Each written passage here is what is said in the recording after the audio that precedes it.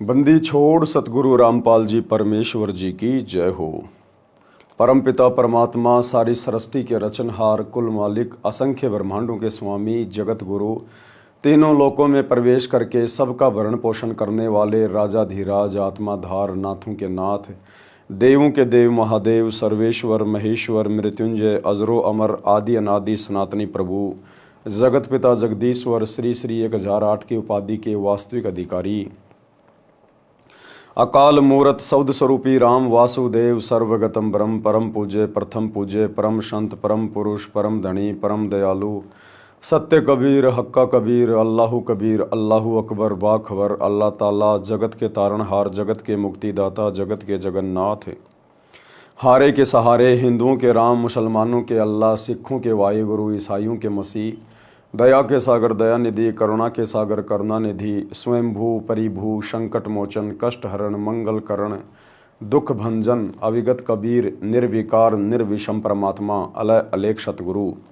आदि अनादि सतगुरु, असली मर्यादा पुरुषोत्तम, असली राम, असली कृष्ण, असली घनश्याम, असली मुरारी, राजाओं के राजा, महाराजाओं के महाराजा, शहनशाहों के शहनशाह, सम्राटों के सम्राट, भगवानों के भगवान, अल्लाहों के अल्लाह, प्रभुओं के प्रभु, मसीहाओं के मसीह, सच्चे वाहिगुरु, बाबाओं के बाबा, पीरों के पीर, सेठों के सेठ, जगत सेठ, सावड़सा सेठ, सर्वगुण संपन्न, अनंत कोटि कलाओं के स्वामी, अनंत कोटि ब्रह्मांडों के नायक, योगियों में महायोगी, ध्यानियों में महाध्यानी, सिद्धों में परम सिद्ध, ज्ञानियों में तत्व ज्ञानी, ब्रह्म ज्ञानी, महाज्ञानी, परम ज्ञानी, सर्वश्रेष्ठ ज्ञानी, विज्ञानी, युवा कबीर, समरथ कबीर, असमवात, अमित ओजा, सच्चे रहनुमा, करीम अल्लाह, सुभान अल्लाह, दुनिया के अंतिम पैगंबर, 8 सितंबर 1951 से गांव धनाना, जिला सोनीपत, हरियाणा, भारतवर्ष की पावन भूमि पे प्रकट रियल कल की भगवान, श्री नारायण साकार हरि, श्री बाबा साहेब, नूर अनंत परमात्मा,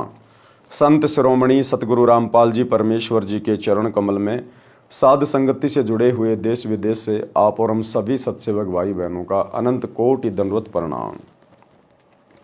सत्साई भाई और बहनों, दया परम पिता परमेश्वर जी की, सारी सृष्टि के सृजनहार सतगुरु रामपाल जी भगवान की, जिनके शुभ आशीर्वाद से, विशेष आशीर्वाद से, उन्हीं के कर कमल से लिखित पवित्र पुस्तक जीने की राह के ऊपर वीडियो बनाने की श्रृंखला जारी है। इसी श्रृंखला में आज हमारा ये 22वें नंबर का वीडियो है। प्रत्येक वीडियो में गुरुदेव भगवान के आशीर्वाद से भक्ति मार्ग से संबंधित हमें बहुत सारी नई नई बातें पता चल रही हैं, जो बातें हमारे आत्मविश्वास को, हमारी दृढ़ता को और अधिक भक्ति मार्ग पर प्रगाढ़ कर रही हैं।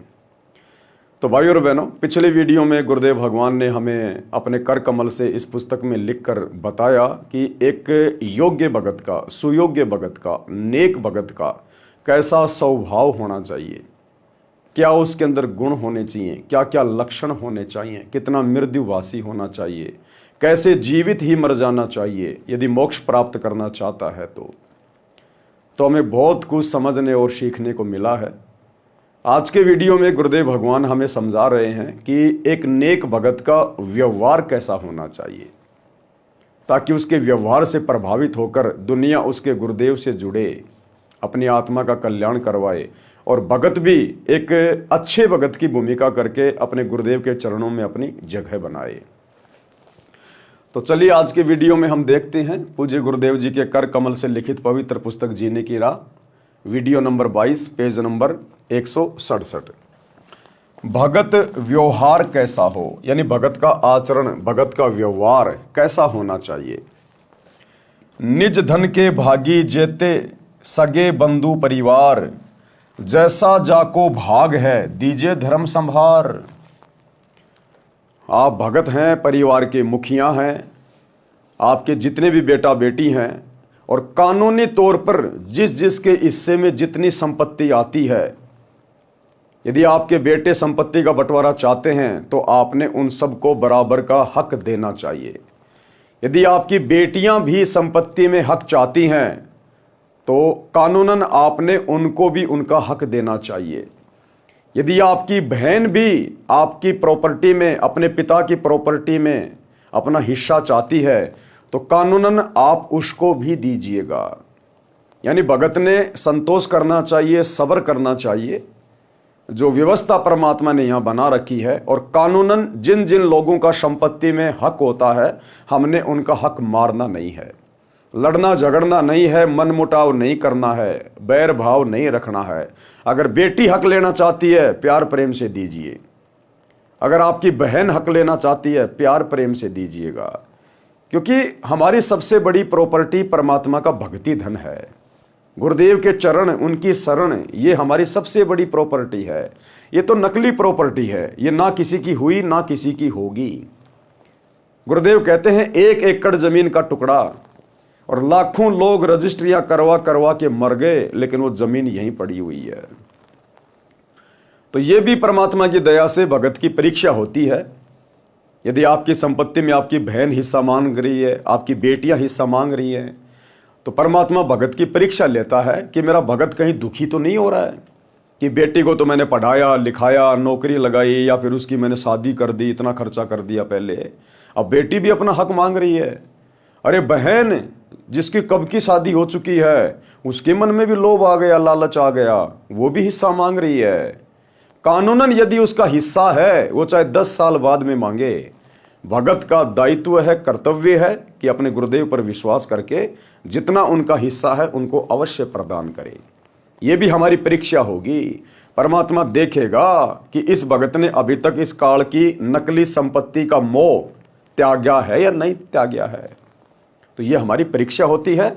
और वैसे भी कानूनन जिसका अधिकार है, भगत ने मारना नहीं चाहिए, वरना परमात्मा का दोषी बनेगा। परमेश्वर कबीर जी ने कहा है कि संपत्ति के जो भी जितने भी भाग के कानूनी अधिकारी हैं, उनको पूरा पूरा भाग देना चाहिए।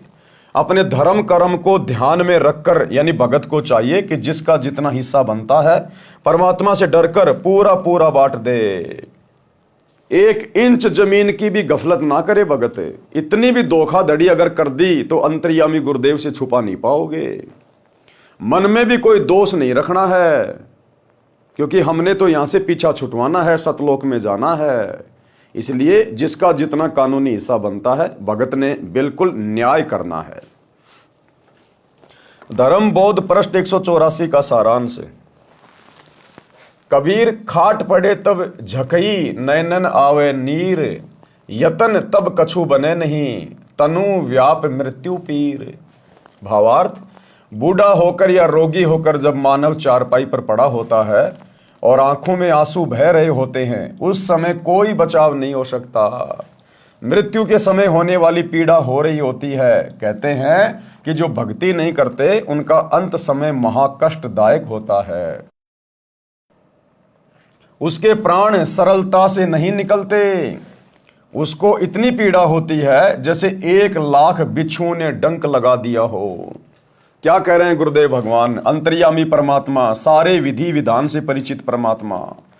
जो भक्तिहीन प्राणी होता है, भक्तिहीन, वो चाहे कितना ही शुभ कर्म करे, कितना ही अच्छा आदमी हो, कितना ही बुरा आदमी हो, गरीब हो या निर्धन हो, अंत जब उसका समय आता है, यम के दूत आते हैं, तो कहते हैं शरीर छोड़ते समय उसको इतनी पीड़ा होती है जैसे 1 लाख बिच्छू एक साथ डंक मार रहे हों। इतनी पीड़ा होती है मृत्यु के समय में भक्तिहीन प्राणी की। और जो भक्ति करते हैं, मर्यादा में रहते हैं, भक्ति केवल एक ही है वर्तमान में जो मोक्ष दिला सकती है, हर प्रकार की पीड़ाओं से मुक्ति दिला सकती है। सतगुरु रामपाल जी परमेश्वर जी की शास्त्र अनुकूल यथार्थ सत भक्ति जो आप और हम कर रहे हैं। तो कहते हैं सतगुरु से उपदेश लेने के बाद जो सत भक्ति करेगा, मर्यादा में रहेगा, उस आत्मा को अंत समय में इन पीड़ाओं का सामना नहीं करना पड़ेगा।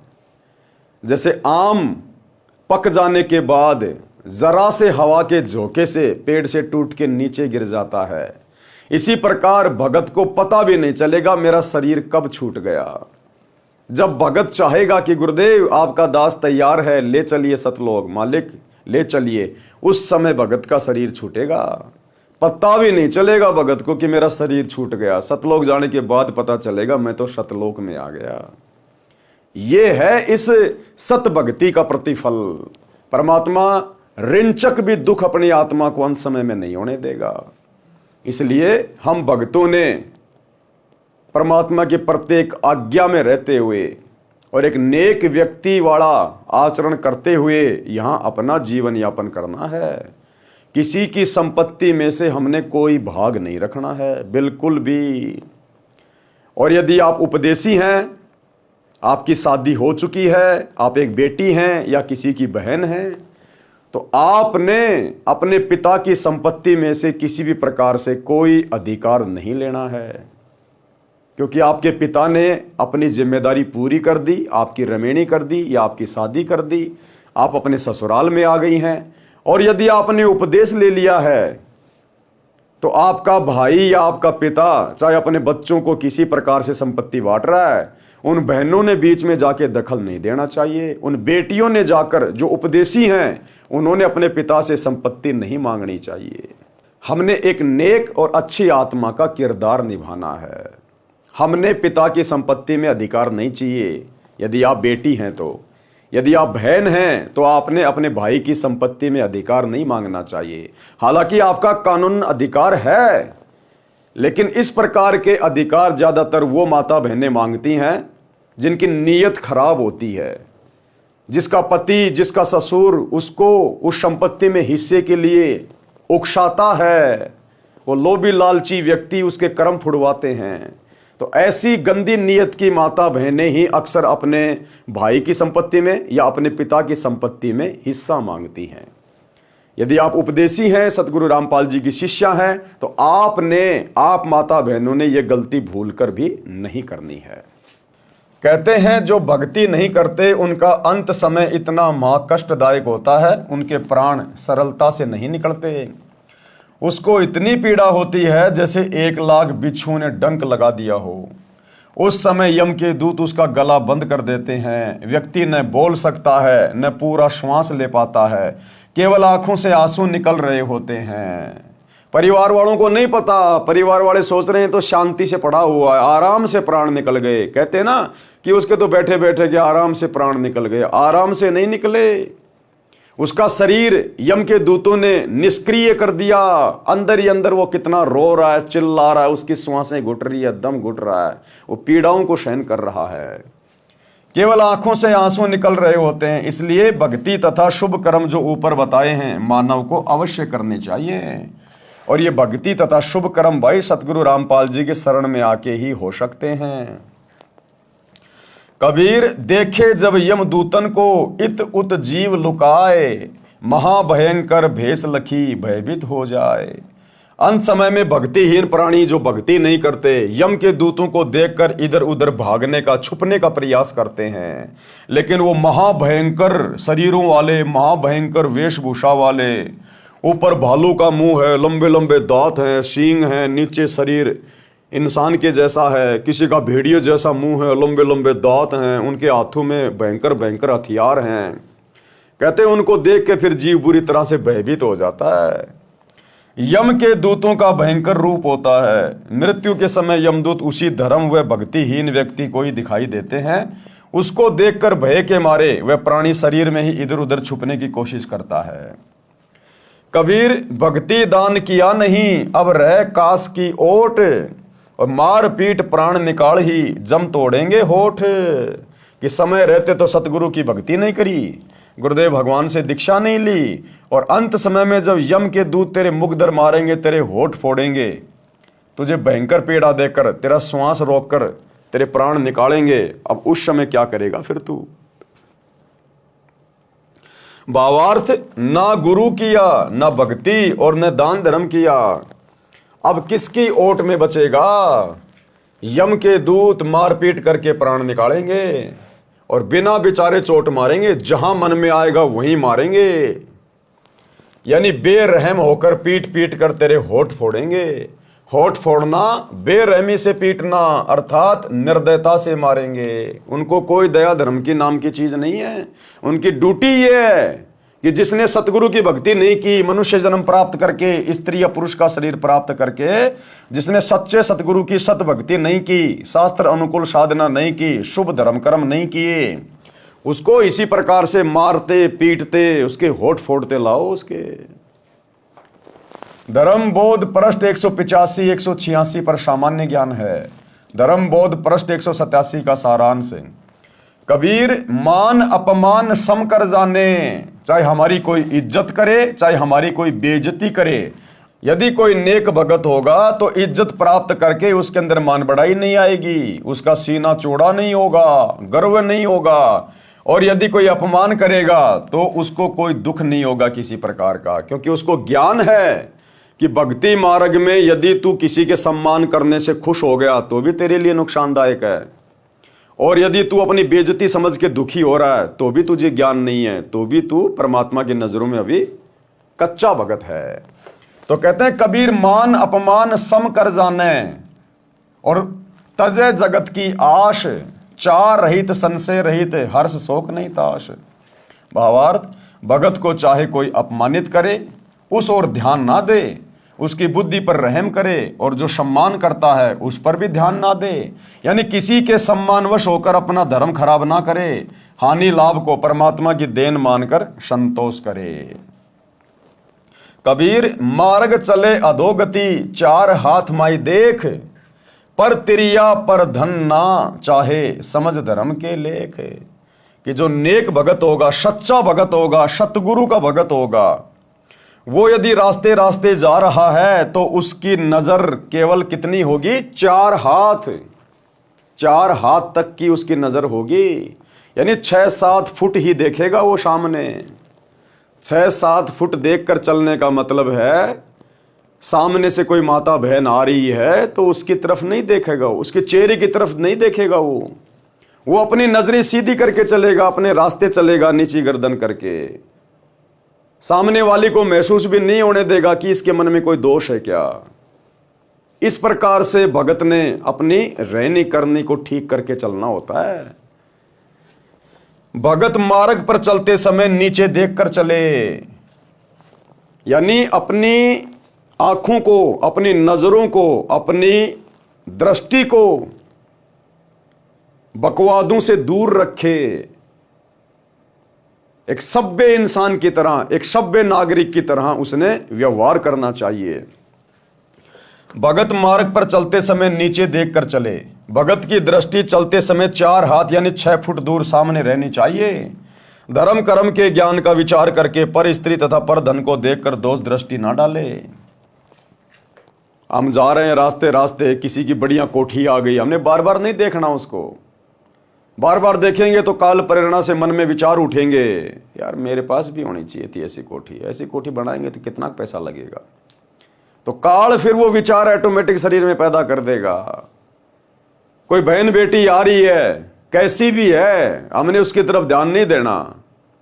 अपना ध्यान परमात्मा के सुमरण में होना चाहिए, गुरुदेव के चिंतन मनन में होना चाहिए, भक्ति भाव में होना चाहिए। और हमने दोष दृष्टि से किसी बहन की तरफ नहीं देखना है, सामने वाले की चेहरे की तरफ नहीं देखना हमने, क्योंकि ये काल का षड्यंत्र है। हम देखेंगे तो मन में कहीं ना कहीं थोड़ा बहुत दोष ये जरूर पैदा करेगा। तो इसलिए गुरुदेव कहते हैं नीची गर्दन करके चलो। अब ये हर जगह बात फिट नहीं होती है।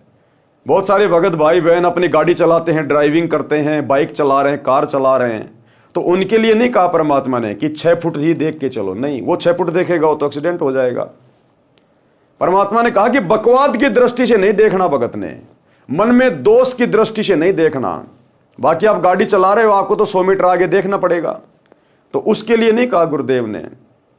यानी जब भी आप किसी माँ बहन की तरफ देखो, किसी पराये की संपत्ति की तरफ देखो, धन की तरफ देखो, तो आपके मन में बकवाद नहीं आनी चाहिए। आपकी नजरें बिल्कुल नीची होनी चाहिए। हम आराम से चल रहे हैं, हमने 100 मीटर देखने की जरूरत नहीं है। आराम से चलने वाला व्यक्ति आराम से 5, 6, 7, 8 फुट की दूरी तक देख के अपना काम आराम से चला सकता है। जो गाड़ी चला रहा है उसको तो भैया लंबा देखना पड़ेगा। तो इसलिए गुरुदेव के कहने का मतलब है, हमने कुदृष्टि से, गंदी नजर से किसी के तरफ ध्यान नहीं देना है। कबीर पात्र कुपात्र विचार कर भिक्षा दान जो लेत, नीच अकर्मी सोम का दान महादुख देत।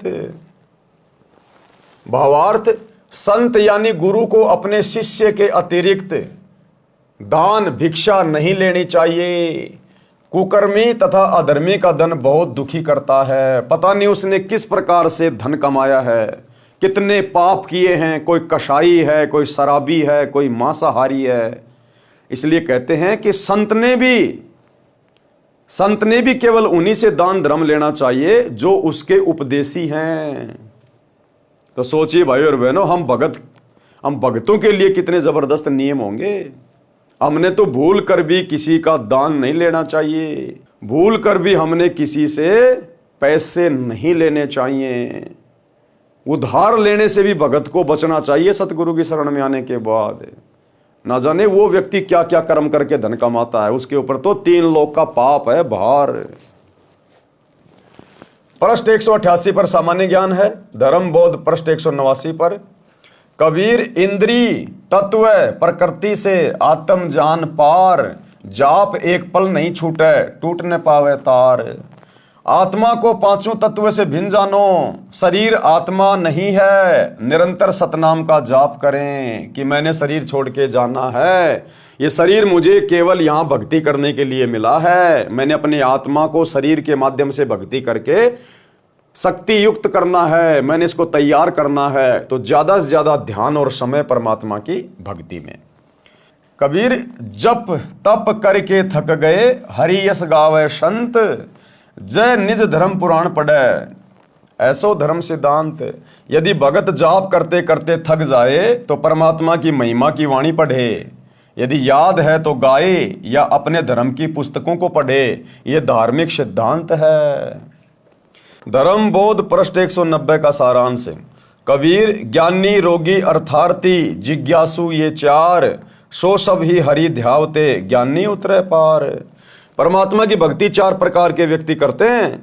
नंबर 1 ज्ञानी। ज्ञानी कौन होता है? ज्ञानी को विश्वास हो जाता है कि मानव जीवन केवल परमात्मा की भक्ति करके जीव का कल्याण कराने के लिए प्राप्त होता है। उसको यह भी समझ होती है कि केवल एक पूर्ण परमात्मा की भक्ति से मोक्ष होगा, अन्य देवी देवताओं की भक्ति से जन्म मरण का कलेश नहीं कटेगा। पूर्ण सतगुरु से दीक्षा लेकर बात बनेगी, इसलिए ज्ञानी भगत पार होते हैं। नंबर 2 अर्थार्थी। अर्थार्थी भगत कौन होता है? जो धन लाभ के लिए ही भक्ति करते हैं, केवल माया प्राप्त करने के लिए, धन प्राप्त करने के लिए जो सतगुरु से उपदेश लेते हैं, उनका लक्ष्य मोक्ष प्राप्त करना नहीं होता। ज्यादा ध्यान होता है कि भक्ति करके मुझे धन ज्यादा प्राप्त हो। नंबर 3 आरत। आरत यानी संकटग्रस्त, केवल अपने संकट का नाश करने के लिए भक्ति करते हैं। जैसा कि वर्तमान में गुरुदेव की गैर हाजिरी में 2014 बरवाला कांड के बाद जितने भी भगत जुड़ रहे हैं, उनमें 90% वो हैं जो मां दुखी हैं। कोई भूत प्रेत की बाधा से दुखी है, कोई नौकरी से दुखी है, कोई अपनी शादी से दुखी है, कोई अन्य किसी दुविधा में पड़ा हुआ है। वो केवल अपना संकट निवारण ही चाहता है, उसको मोक्ष वाक्ष से लेना देना नहीं है कि मेरा ये रोग दूर हो जाए, मेरी ये प्रेत बाधा दूर हो जाए, मेरे घर में झगड़ा दूर हो जाए, मेरी नौकरी लग जाए, मेरे घर में धन आ जाए। केवल अपनी बाधाओं के निवारण के लिए, संकट निवारण के लिए जो नाम दीक्षा लेता है उसको कहते हैं आरत। और चौथा नंबर है जिज्ञासु। जिज्ञासु परमात्मा का ज्ञान अधूरा समझते हैं, यानी वो जल्दबाजी में रहता है, उसको मोक्ष मतलब नहीं होता।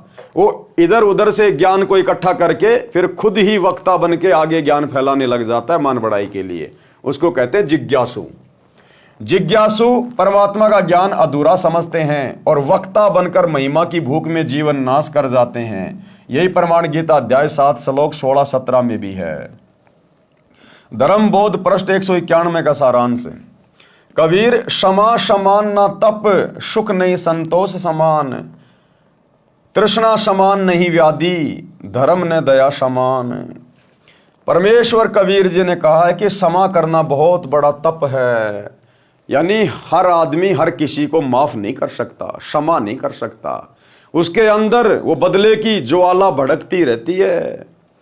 तो गुरुदेव कहते हैं यदि आपने भगत बन के भक्ति करनी है और आपके साथ चाहे कोई कितनी ठगी करे, कितना ही बुरा व्यवहार करे, आपने अपने मन में उसके प्रति दोष नहीं रखना है, उसको शत्रु भाव से नहीं देखना है, उसकी छोटी बुद्धि को देखते हुए कि बालक बुद्धि का आदमी है, इसको ज्ञान नहीं है, हमने उसको माफ कर देना है। हमने याद भी नहीं रखना उस लड़ाई झगड़े को, उसकी उल्टी सीधी बातों को, उसके कुवचनों को हमने भूल जाना है।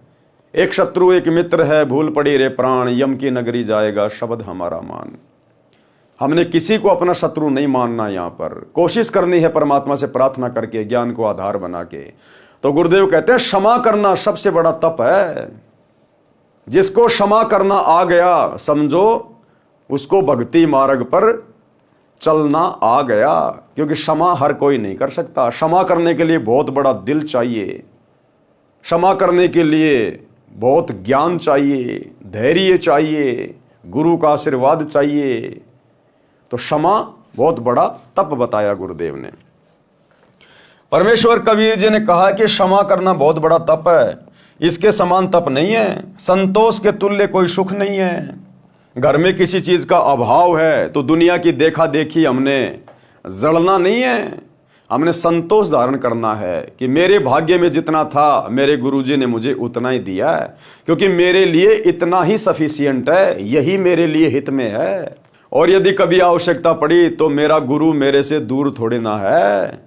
तो हमने हर स्थिति में संतोष रखना है कि जो मेरे भाग्य में होगा उसको कोई छीन नहीं सकता, और आवश्यकता से अधिक यदि देना होगा तो मेरे गुरु की मौज है। अगर मेरे हित में होगा तो अवश्य देगा, अन्यथा हमने जल्दबाजी नहीं करनी, बिल्कुल संयमित रहना है संतोष में। संतोष के तुल्य कोई सुख नहीं है। किसी वस्तु की प्राप्ति की इच्छा के समान कोई आपदा नहीं है। एक दूसरे की देखा देखी, मैं वो भी ले आऊं, मैं वो भी ले आऊं, लोगों की देखा देखी कंपटीशन में, तो कहते हैं उस इच्छा के बराबर कोई रोग नहीं है। वो इच्छा तुम्हें दिन रात घुन की तरह खाती रहेगी, काटती रहेगी। सुमरण करोगे तब भी वही बातें दिमाग में आएंगी, सत्संग सुनोगे तो भी वही बातें दिमाग में आएंगी। तो परमात्मा कहते हैं अपनी इच्छाओं के ऊपर भगत ने कंट्रोल रखना चाहिए, क्योंकि हमने भक्ति करनी है। और भक्ति करने के लिए हमने बड़े बड़े मकान की जरूरत नहीं, बड़ी बड़ी गाड़ियों की जरूरत नहीं है, संपत्ति की जरूरत नहीं है। मुंह में जुबान की जरूरत थी, वो परमात्मा ने दे दी। स्वस्थ शरीर की जरूरत है, वो परमात्मा ने दे दिया। तो हमें तो वो संपत्ति मिलने जा रही है जिसकी हम कभी कल्पना भी नहीं कर सकते थे। इसलिए हमने यहाँ काल की नश्वर चीज़ों की हमने मन में इच्छा नहीं रखनी है। हमारे भाग्य में होगा तो गुरुदेव अवश्य देगा, भाग्य में नहीं है और यदि हमें आवश्यकता है तो भी हमारे गुरुदेव समर्थ हैं, अवश्य वो वस्तु हमें उपलब्ध करवाएंगे। इसलिए हर स्थिति में हमने संयमित होकर अपनी इच्छाओं पर कंट्रोल करके भक्ति मार्ग पर आगे बढ़ना चाहिए। किसी वस्तु की प्राप्ति की इच्छा के समान कोई आपदा नहीं है और दया के समान धर्म नहीं है। दया समान धर्म नहीं है। जानवरों पर, पशुओं पर, पक्षियों पर, छोटे बच्चों पर गुरुदेव कहते हैं आपने दया भाव रखना चाहिए। सबके अंदर परमात्मा की आत्मा है, जो अपने से और कह एक कह पीड़ पिछान और भूखियां भोजन देत पहुंचेंगे परिवान। हमने सबके ऊपर दया भाव रखना है। कबीर योग के अंग 5 हैं। योग मानी भक्ति, भक्ति के 5 अंग हैं। संयम, मनन, एकांत, विषय त्याग, नाम रटन, होए मोक्ष निश्चिंत। ये 5 अंग हैं। यदि भगत ने मोक्ष प्राप्त करना है तो देखो भाइयों और बहनों, ये पुस्तकें बहुत सांकेतिक हैं, गूढ़ ज्ञान युक्त हैं। ये जीने की राह पुस्तक केवल अब ढंग से पढ़ाई जा रही है। अभी तक सतगुरु रामपाल जी के किसी भी भगत ने इस जीने की राह पुस्तक को अपने जीवन में धारण करने के लिए नहीं पढ़ा। हो सकता है किसी ने इसको पूरा भी नहीं पढ़ा होगा, 10, 15, 20, 25 पेज पढ़ के साइड में रख दिया होगा, क्योंकि ये ऐसे समझ में नहीं आएगी जब तक परमात्मा की दया नहीं होगी, ठीक का समय नहीं आएगा। तो अब ठीक का समय आ रहा है। पिछले 6-7 महीने से परमात्मा ने दास को इसी सेवा में लगा रखा है। ये पुस्तक भगत भाई बहन दिन रात बांटते रहते हैं, 20 रुपए में जीने की राह, 20 रुपए में जीने की राह, लेकिन खुद भगत भाई बहन इन पुस्तकों को नहीं पढ़ते और पढ़ेंगे तो उनके समझ में नहीं आएगी। वो गुरुदेव के कर कमल से लिखित शब्दों के पीछे के भाव को पकड़ नहीं पाएंगे, समझ नहीं पाएंगे। तो गुरुदेव ने साध संगति पे दया बख्शी है। अब देखो ये कितनी अनमोल पुस्तक है। लगभग 22 वीडियो, आज हमारा 22वां वीडियो है। अब बताइए प्रत्येक वीडियो में कितनी गहरी गहरी बातें हमें समझने को मिल रही हैं। हमारे अंदर कितना परिवर्तन आ रहा है। हम सोच रहे हैं कि हमने तो कुछ पता ही नहीं था, हम भक्ति जरूर कर रहे थे, भगत जरूर बने हुए थे, लेकिन भक्ति मार्ग में हमने किस प्रकार से रहना चाहिए, हमारा आचार विचार व्यवहार क्या होना चाहिए, वो अब पता चलता जा रहा धीरे धीरे इन पुस्तकों के माध्यम से। इतना अनमोल खजाना गुरुदेव ने इनमें छुपा रखा है। तो कहने का मतलब है दुनिया को भी ज्ञान बांटो, दुनिया को भी पुस्तकें बांटो, लेकिन यदि हम अपने गुरुजी के ज्ञान पे पहले अमल करेंगे तो हमारे द्वारा बांटा गया ज्ञान, बताया गया ज्ञान भी अन्य व्यक्तियों पर असर करेगा। तो अब वो ठीक का समय आया है, तो परमेश्वर धीरे धीरे इन पवित्र पुस्तकों के ऊपर वीडियो बनवा रहे हैं। तो गुरुदेव कहते हैं यदि आपने मोक्ष प्राप्त करना है इसी कलयुग की बिचली पीढ़ी में, तो आपने 5 चीजें बहुत ही ध्यान से अपने दिमाग में बैठा लेनी चाहिए। कौन कौन सी? भक्ति के 4 आवश्यक पहलू हैं। संयम, यानी प्रत्येक कार्य में संयम बरतना चाहिए। हर कार्य में भगत को संयम बरतना चाहिए। खाना खाने में संयम बरतना चाहिए। आवश्यकता से ज्यादा खाना खाएंगे, पेट भर भर के खाना खाएंगे, भूख नहीं है फिर भी खाना खाएंगे, टेस्ट के चक्कर में, मीठे के चक्कर में हमारा भजन नहीं बन पाएगा, शरीर टूटेगा, अंगड़ाई लेगा, नींद आएगी, श्वासें ढंग से ऊपर नीचे नहीं ले पाएंगे, तो सतनाम का जाप क्या खाक करेंगे। तो परमात्मा कहते हैं भगत ने भोजन करते समय, खाते पीते समय संयम रखना चाहिए। इतना ज्यादा भी मत खाओ कि भक्ति ना हो पाए, और इतना थोड़ा भी मत खाओ कि बार बार हमारे को भूख की याद आती रहे। फिर गुरुदेव कहते हैं धन के संग्रह करने में भी भगत को संयम बरतना चाहिए। परिवार की आवश्यकता से ज्यादा धन का संग्रह नहीं करना चाहिए। अगर आवश्यकता से ज्यादा धन संग्रह हो रहा है तो वो हमारे लिए नुकसानदायक है। गुरुदेव कहते हैं नौका में पानी भर जा और घर में बढ़ जा दाम, दोनों हाथ उलटियो यो ही शाणु काम। जिस प्रकार आप समुद्र में यात्रा कर रहे हैं और यदि आपकी जहाज में, आपकी नौका में अगर पानी भर गया, छेद हो गया, तो कहते हैं अगर जान बचानी है तो पानी को फटाफट फटाफट किसी भी पात्र से या अपने हाथों से पानी को बाहर फेंक, नहीं तो जहाज डूबेगी, तू भी डूबेगा। इसी प्रकार यदि भगत के घर में आवश्यकता से ज्यादा धन आ रहा है, पैसा आ रहा है, आपका काम धंधा बहुत अच्छा चल गया, बड़ी अच्छी बात है, उस धन को अपने घर में जमा मत कीजिए। वो धन बकवाद करवाएगा, नए नए वो प्लाट लेकर गिरवाएगा, बढ़िया कोठी बनवाएगा, आवश्यकता से फालतू की वस्तुएं संग्रहित करवाएगा, या किसी रिश्तेदार को दे दोगे उधारे, फिर वो देगा नहीं, 24 घंटे टेंशन रहेगी, देगा या नहीं देगा, देगा या नहीं देगा, भजन क्या खाक करोगे। तो परमात्मा कहते हैं धन को संग्रह करने में भी भगत ने संयम बरतना चाहिए। आगे क्या कह रहे हैं गुरुदेव? संयम यानी प्रत्येक कार्य में संयम बरतना चाहिए। धन संग्रह करने में, बोलने में संयम बरतना चाहिए। परमात्मा कहते हैं तीर कमान से और बात जुबान से एक बार निकल गई वापस नहीं आएगी। और भक्तों के शब्दों का भक्ति मार्ग में बहुत ज्यादा महत्व होता है, क्योंकि ये सतभक्ति करने से, सतभक्ति मंत्रों का जाप करने से धीरे धीरे हमारे अंदर जुबान सिद्धि आनी शुरू हो जाती है। हम यदि कुछ बातें बोल देंगे, किसी को आशीर्वाद दे देंगे, किसी को कोई गाली गलौज कर देंगे, या किसी का कोई मतलब बुरा बोल देंगे, बद्दुआ दे देंगे, तो उसके ऊपर हमारे शब्दों का असर हो जाएगा। और यदि उसका कुछ भला हो गया या बुरा हो गया तो हमारी भक्ति नष्ट होगी। तो गुरुदेव कहते हैं भगत ने बोलने में भी संयम रखना चाहिए। संयम, आवश्यकता से ज्यादा नहीं बोलना और कम शब्दों का प्रयोग करना चाहिए बोलते समय, नहीं तो अपना सुमरण करता रहे। तो बोलने में भी संयम, खाने पीने में संयम, विषय भोगों में संयम रखें, यानी भगत को कम बोलना चाहिए। विषय भोगों में भी भगत ने संयम रखना चाहिए। यदि आप शादीशुदा हैं तो केवल अपनी स्त्री तक ही सीमित रहिए, और स्त्री तक भी आपने बहुत ज्यादा सीमित हो जाना है, क्योंकि अब आपको पता चलेगा कि एक तरफ तो हम श्री ब्रह्मा जी का जाप कर रहे हैं उसका ऋण उतारने के लिए, और दूसरी तरफ यदि हम आवश्यकता से ज्यादा विषय भोग में लगे रहेंगे तो ब्रह्मा जी का हमारे ऊपर ऋण चढ़ता रहेगा। इसलिए परमात्मा कहते हैं विषय भोग में भी संयम। और यदि आपको भक्ति मार्ग अच्छे से समझ में आ गया है कि भैया विषय भोग से पूरी तरह दूरी बनाए बिना हम एक सच्चे भगत नहीं बन सकते, गुरुजी हमारे हृदय में नहीं बैठ सकते, मेरा मोक्ष नहीं हो सकता, मैं एक सच्चा भगत नहीं कहला सकता, क्योंकि परमात्मा कहते हैं भग भोग्या भग उपचय, भग से बचा न कोई, और जय कोई भग से बचे भगत कहावे सोई। जो स्त्री मिलन से या पुरुष मिलन से दूर हटेगा वही असल में भगत कहलाएगा। भक्ति तो उसके बाद शुरू होगी। तो गुरुदेव कह रहे हैं आपने हर प्रकार से ज्ञान को आधार बनाकर और विषय भोग में भी संयम बरतना चाहिए। यानी भगत को कम बोलना चाहिए, विषय विकारों का त्याग करना चाहिए। देखो परमात्मा ने बोलने में केवल संयम बताया, ये नहीं कहा कि आपने बोलना त्याग देना, नहीं, बोलने में संयम बरतना चाहिए। धन के अर्जित करने में संयम रखना चाहिए। गुरुजी ने ये नहीं कहा कि धन कमाना त्याग देना चाहिए, नहीं, संयम रखना चाहिए। भोजन के खाने में संयम बरतना चाहिए, ये नहीं कहा गुरुजी ने कि भोजन को त्याग देना चाहिए। लेकिन जब बात आई विषय विकारों की तो गुरुदेव ये नहीं करे कि संयम रखना चाहिए।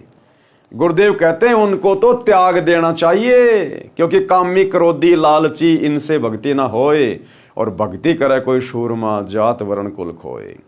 तो ऊपर जो परमात्मा ने कहा कि विषय भोग में संयम, ये शब्द उन आत्माओं के लिए है जो अभी साथ संगति से नहीं जुड़े हैं, जिनको अभी वास्तव में गुरुदेव की पहचान नहीं हो पाई है, जो इस ज्ञान को अभी हल्के में ले रहे हैं, जिनके संस्कार कमजोर हैं, उनके लिए परमात्मा ने ऊपर वाली लाइन में संयम बरतने के लिए कहा है। और जो साध संगति से जुड़ गए, जिनको पता चल गया कि हमने तो मोक्ष करवाना है, असंख्य जन्म हो गए कुतिया और कुतिया का गेम खेलते हुए, अब की बार तो हमने पूरी तरह से मोक्ष प्राप्त करना है, तो उनके लिए फिर गुरुदेव कह रहे हैं कि विषय विकारों का त्याग कर देना चाहिए। त्याग बिल्कुल जड़ से समाप्त कर दो, चाहे कितना ही सताएं। अगर ज्यादा विषय विकार हमें सताएं तो गुरुदेव ने पिछले वीडियो में उसका तरीका बताया कि या तो अपने गुरु जी का सुमरण शुरू कर दो या सत्संग सुनना शुरू कर दो। परमात्मा का भजन तथा परमात्मा की वाणी प्रवचनों का मनन करना अनिवार्य है। यानी खाली सत्संग सुनने मात्र से, शब्द सुनने मात्र से बात नहीं बनेगी। सत्संग सुनने के बाद फिर हमने 10-15 मिनट तक बैठ के हमने चिंतन करना चाहिए कि गुरुदेव ने सत्संग में क्या बताया, गुरुदेव ने ये बात क्यों बोली, इसके पीछे क्या संकेत है गुरुदेव का। हमने मनन करना चाहिए कि परमात्मा सतलोक से चलकर सतगुरु रूप में धरती पे आकर इतना संघर्ष क्यों कर रहे हैं, दिन रात हमारे लिए सत्संग क्यों कर रहे हैं। उनका तो कोई स्वार्थ भी नहीं है। मुझे मनुष्य जन्म क्यों मिला है, मेरे जीवन का लक्ष्य क्या है। तो गुरुदेव कह रहे हैं सत्संग सुनने के बाद भगत ने चिंतन मनन करना चाहिए, थोड़ा विचार करना चाहिए। खाली सत्संग सुनते सुनते रहने से बात समझ में नहीं आएगी। अगर चिंतन मनन करेंगे तो हम वो वस्तु प्राप्त कर लेंगे जो वस्तु हमें चाहिए। भक्ति में दृढ़ता, जैसे दही है, अगर दही में यदि हम मथेंगे नहीं, दही को यदि हम मथेंगे नहीं तो घी नहीं निकलेगा, घी नहीं निकल पाएगा। इसी प्रकार हमने सत्संगों को चिंतन मनन करके मथना है तो फिर उसमें सार वस्तु निकलेगी, हमारी रुचि भक्ति में बढ़ेगी। ऐसे साधना तथा मर्यादा पालन करने से मोक्ष निश्चित प्राप्त होता है। ये सतगुरु के वचन हैं, साध वचन पलटे नहीं चाहे पलट जाए ब्रह्मांड। जो फॉर्मूले हमें गुरुदेव भगवान बता रहे हैं, यदि हम उन फॉर्मूलों के अनुसार चलेंगे भक्ति मार्ग पर तो हमें निश्चित सफलता प्राप्त होगी। ये सतगुरु का वचन है, साध वचन पलटे नहीं चाहे पलट जाए ब्रह्मांड। पूर्ण परमात्मा भगत की आयु भी बढ़ा देता है। ऋग्वेद मंडल 10 सूक्त 161 मंत्र 2 में कहा है कि पूर्ण प्रभु अपने भगत का रोग समाप्त कर देता है। यदि रोगी की आयु शेष नहीं, वह मृत्यु देवता के पास जाने वाला हो, तो भी परमात्मा उसको स्वस्थ करके 100% यानी 100 वर्ष यानी 100 वर्ष तक जीवन दे देता है, उसकी आयु वृद्धि कर देता है। पढ़ें कबीर सागर के अध्याय गरुड़ बोध से प्रमाण। अब देखो कितनी बड़ी बात कह दी गुरुदेव ने, और इसका प्रमाण भी दे दिया गुरुदेव ने कि ऋग्वेद मंडल में कहां लिखा हुआ है कि पूर्ण परमात्मा भगत की आयु बढ़ा देता है। और गुरुदेव ने हजारों की संख्या में भगत भाई बहनों की आयु बढ़ाई हुई है। अब देखो भाई बहनों, यहां ना कोई हॉस्पिटल का जिक्र है, ना कोई डॉक्टर का जिक्र है, ना कोई दवाई का जिक्र है, ना कोई मशीनों का जिक्र है, ना कोई हॉस्पिटल का जिक्र है। साफ साफ लिखा है कि पूर्ण परमात्मा जब धरती पर सतगुरु रूप में आता है और जो उसकी शरण में आ जाता है, तो वो परमात्मा अपने साधक की, विधिवत साधक कौन होता है? जो प्रत्येक मर्यादा में रह के, गुरु की आज्ञा में रह के जो भक्ति करता है, उस विधिवत साधक की आयु भी बढ़ा देता है। अगर उसके भाग्य में मृत्यु है तो उसकी आयु भी बढ़ा देता है। अब ये आयु हॉस्पिटल नहीं बढ़ा सकती, दुनिया का कोई डॉक्टर नहीं बढ़ा सकता। और यदि भगत को कैसा भी रोग हो गया हो, परमात्मा उसके रोग को भी अपने सत भक्ति मंत्रों से, अपने आशीर्वाद से समाप्त कर देता है। गुरुदेव को अपने भक्तों का रोग ठीक करने के लिए हॉस्पिटल की जरूरत नहीं पड़ती, ऑपरेशन करने की जरूरत नहीं पड़ती, मेडिसिन की जरूरत नहीं पड़ती। तो सोचिए, वर्तमान में गुरुदेव की गैर हाजिरी में सतलोक आश्रम धनाना में जो 3 एकड़ जमीन में 3 मंजिला हॉस्पिटल का कार्य शुरू कर दिया गया है, क्या यह हमारे गुरुदेव भगवान के भक्ति विधान के अनुसार है? अगर हम भक्ति करेंगे तो परमात्मा क्या नहीं करेगा?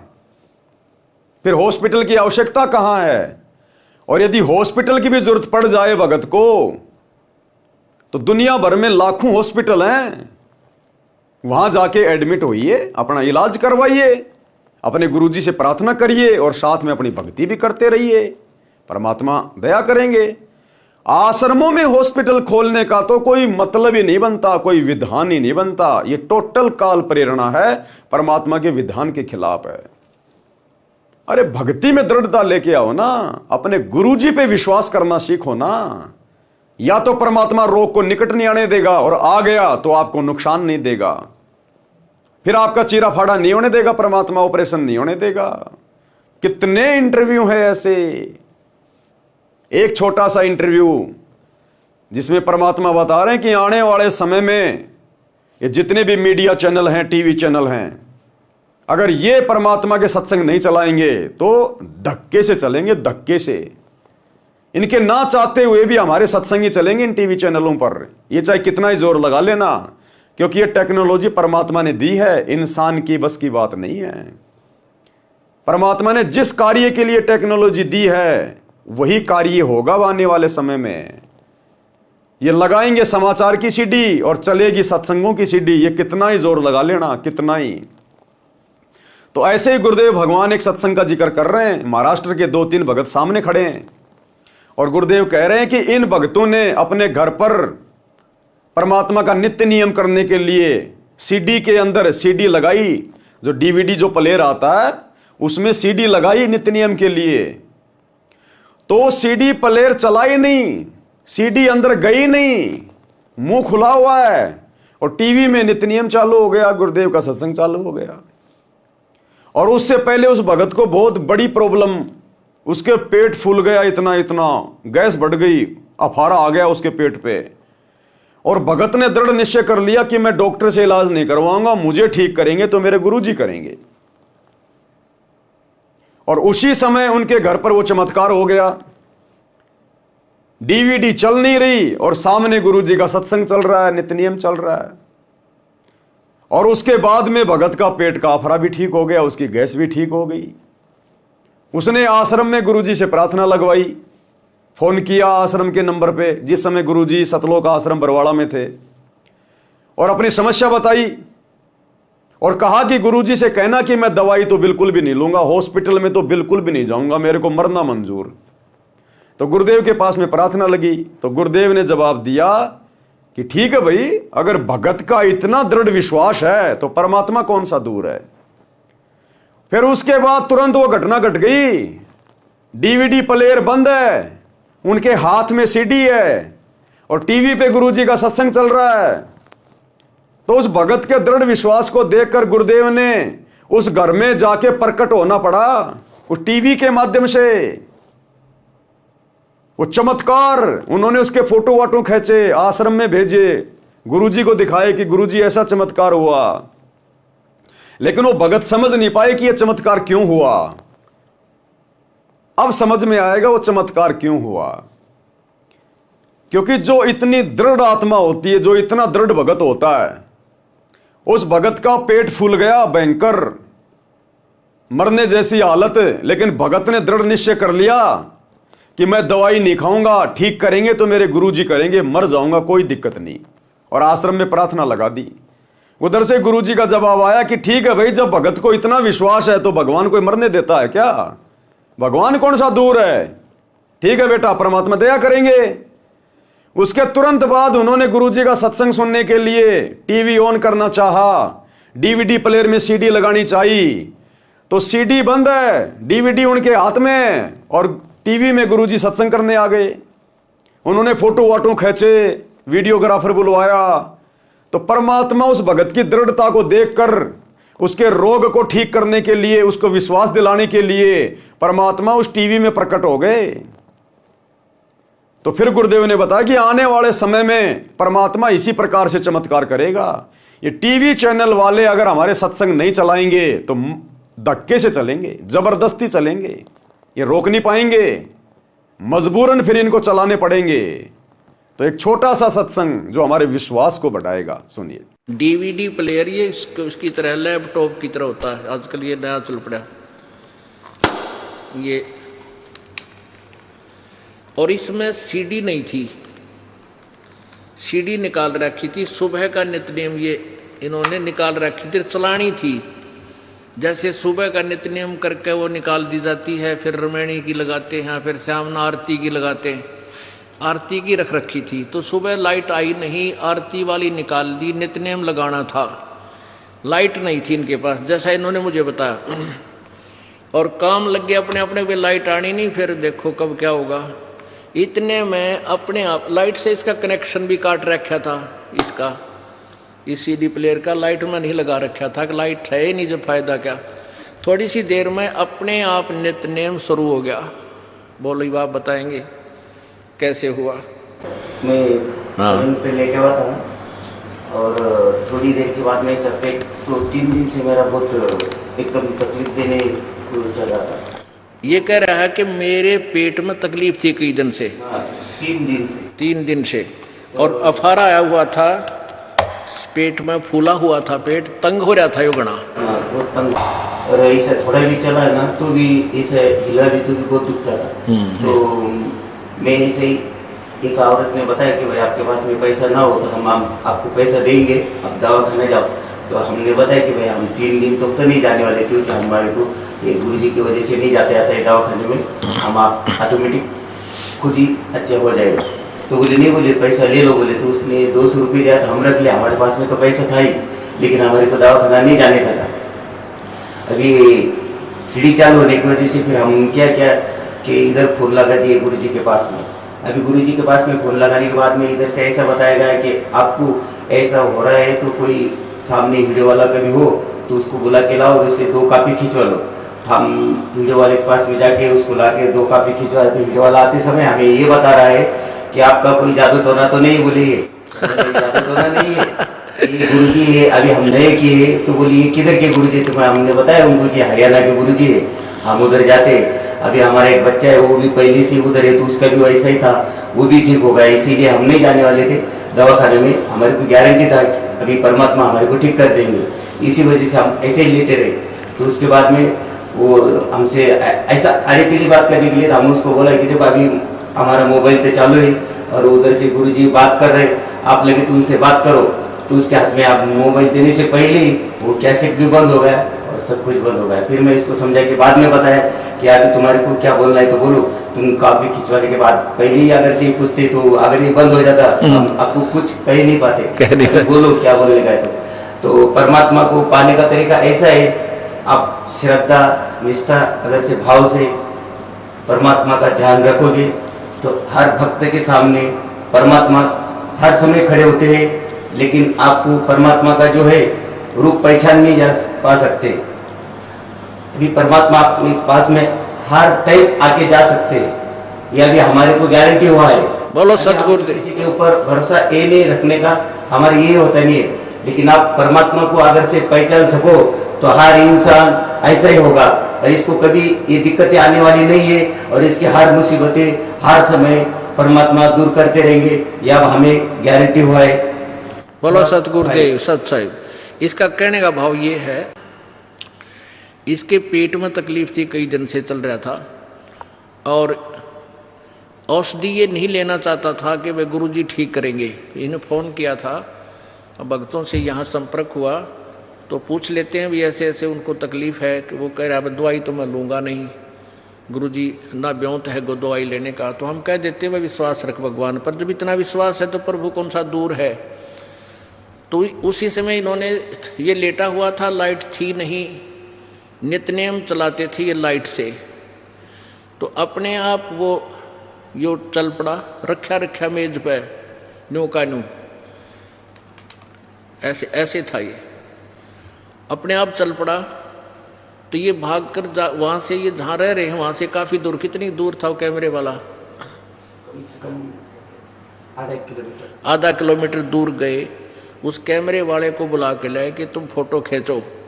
तो उसने भी आकर देखा कि बगैर लाइट के और बगैर सीडी के, और ये बोल रहा है, चित्र भी चल रहा है उसमें, चित्र चल रहा था इसमें, वो नो कैनवाजिटी जो सीडी वाला, सीडी में जो नित्यनेम में जो दास का चित्र आता है वो नो का नो सारा चल रहा है, सीडी इसमें है नहीं।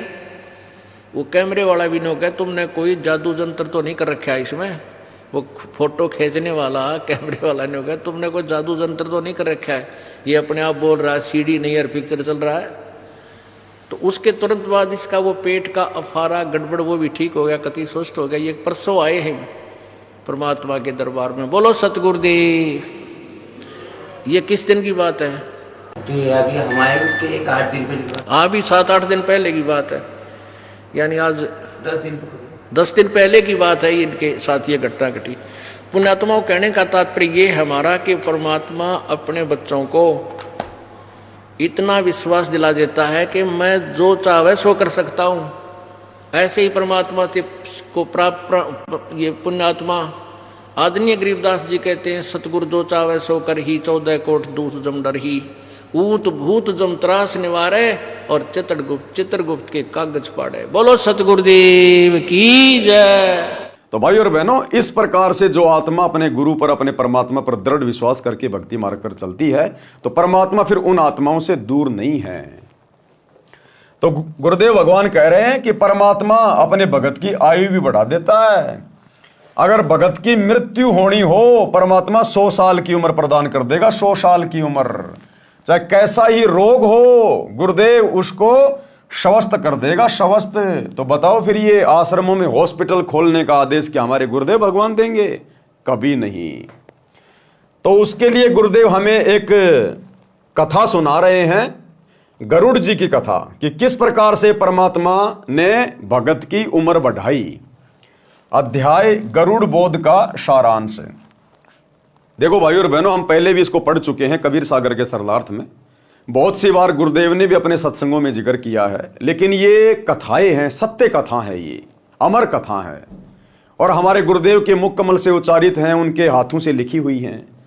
तो इन कथाओं को हम जितना पढ़ेंगे, जितनी बार भी पढ़ेंगे, सुनेंगे, तो हम पुण्य के भागी होते चले जाते हैं, क्योंकि ये सत्य शब्द हैं, अमर शब्द हैं, परमात्मा के हाथों से लिखे हुए शब्द हैं।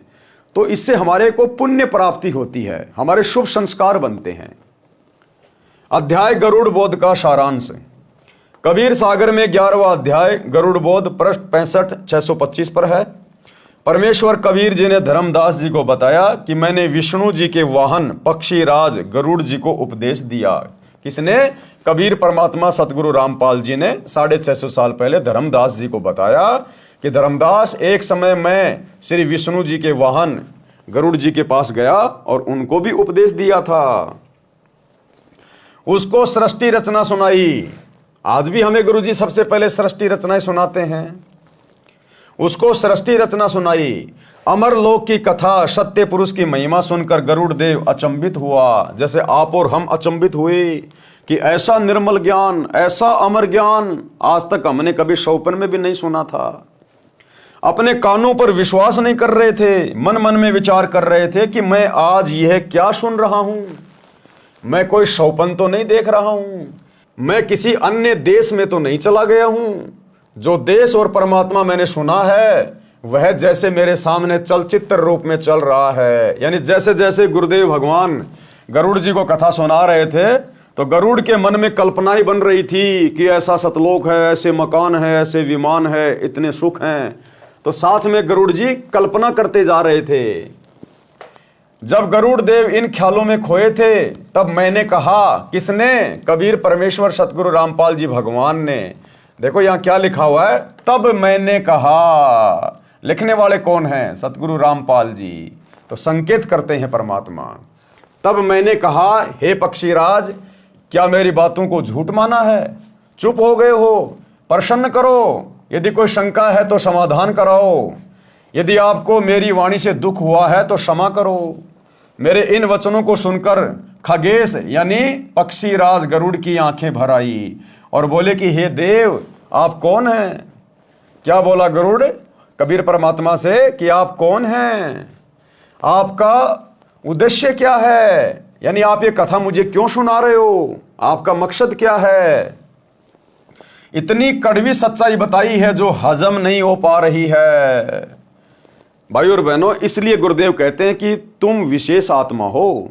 तुम्हारे समान तो ब्रह्मा विष्णु महेश भी नहीं है। आप और हमारे लिए कहते हैं गुरुदेव, क्योंकि जो अधिकारी आत्मा होती है वो आत्मा गुरुदेव से कड़वी सच्चाई सुनकर, ये अमर ज्ञान सुनकर, ऐसा नहीं है कि वो हजम नहीं कर पाएगी, फर्क ही नहीं पड़ेगा उस भगत को, और एक क्षण में सारी मर्यादा तोड़ देगा समाज की, तिनके की तरह तोड़ के फेंक देगा। जो अधिकारी भगत होता है उसको ऐसा नहीं लगेगा कि ऐसी बातें क्यों बोल रहे हैं, देवी देवताओं का अपमान क्यों कर रहे हैं, हमारे हिंदू धर्म की तोहिन क्यों कर रहे हैं, कबीर कौन सा भगवान हो गया, ब्रह्मा विष्णु महेश को छोटा बता रहा है। इस प्रकार के सवाल जवाब वही आत्मा करेगी। उसी के मन में ये उठक पटक आती है जो आत्मा पिछले संस्कारों से कमजोर होती है। अन्यथा गुरुदेव ने बताया, ज्ञानकार गाम का तो चमका सा होता है। जो परमात्मा की युगों युगों से भक्ति करती हुई आ रही आत्मा होती है ना, जो पूर्णतः मोक्ष के अधिकारी होती है, वो आत्मा ज्यादा सवाल जवाब नहीं करती। वो तो उन सत्संगों को सुनकर ऐसा समझेगी कि जैसे मैंने पहले सुन रखा है, आज किसी ने मेरी धूल हटा दी है, वो जाड़ा हटा दिया है। जो अज्ञान का जाड़ा, अज्ञान की धूल मेरे दिमाग में पड़ी हुई थी, उसको तो तुरंत स्वीकार हो जाएगा कि जो संत जी कह रहे हैं बिल्कुल सत्य है। कोई सवाल जवाब नहीं, कोई मन में दोष नहीं, तुरंत नाम दीक्षा लेगा और अपनी भक्ति करेगा। लेकिन गरुड़ जी को थोड़ा सा अटपटा लगा कि इतनी कड़वी सच्चाई बताई है जो हजम नहीं हो पा रही है। जो आपने अमरलोक में अमर परमेश्वर बताया है, यदि ये सत्य है तो हमें धोखे में रखा गया है। यदि ये बात असत्य है तो आप निंदा के पात्र हैं, अपराधी हैं। यदि सत्य है तो गरुड़ आपका दास खास है, और यदि ये बात सत्य है तो ये गरुड़ विष्णु का वाहन आज ही आपका दास बनने को तैयार है। परमेश्वर कबीर जी ने धर्मदास जी को बताया कि मैंने कहा, हे गरुड़ देव, जो शंका आपको हुई है ये स्वाभाविक है, परंतु आपने संयम से काम लिया, ये आपकी मानता है।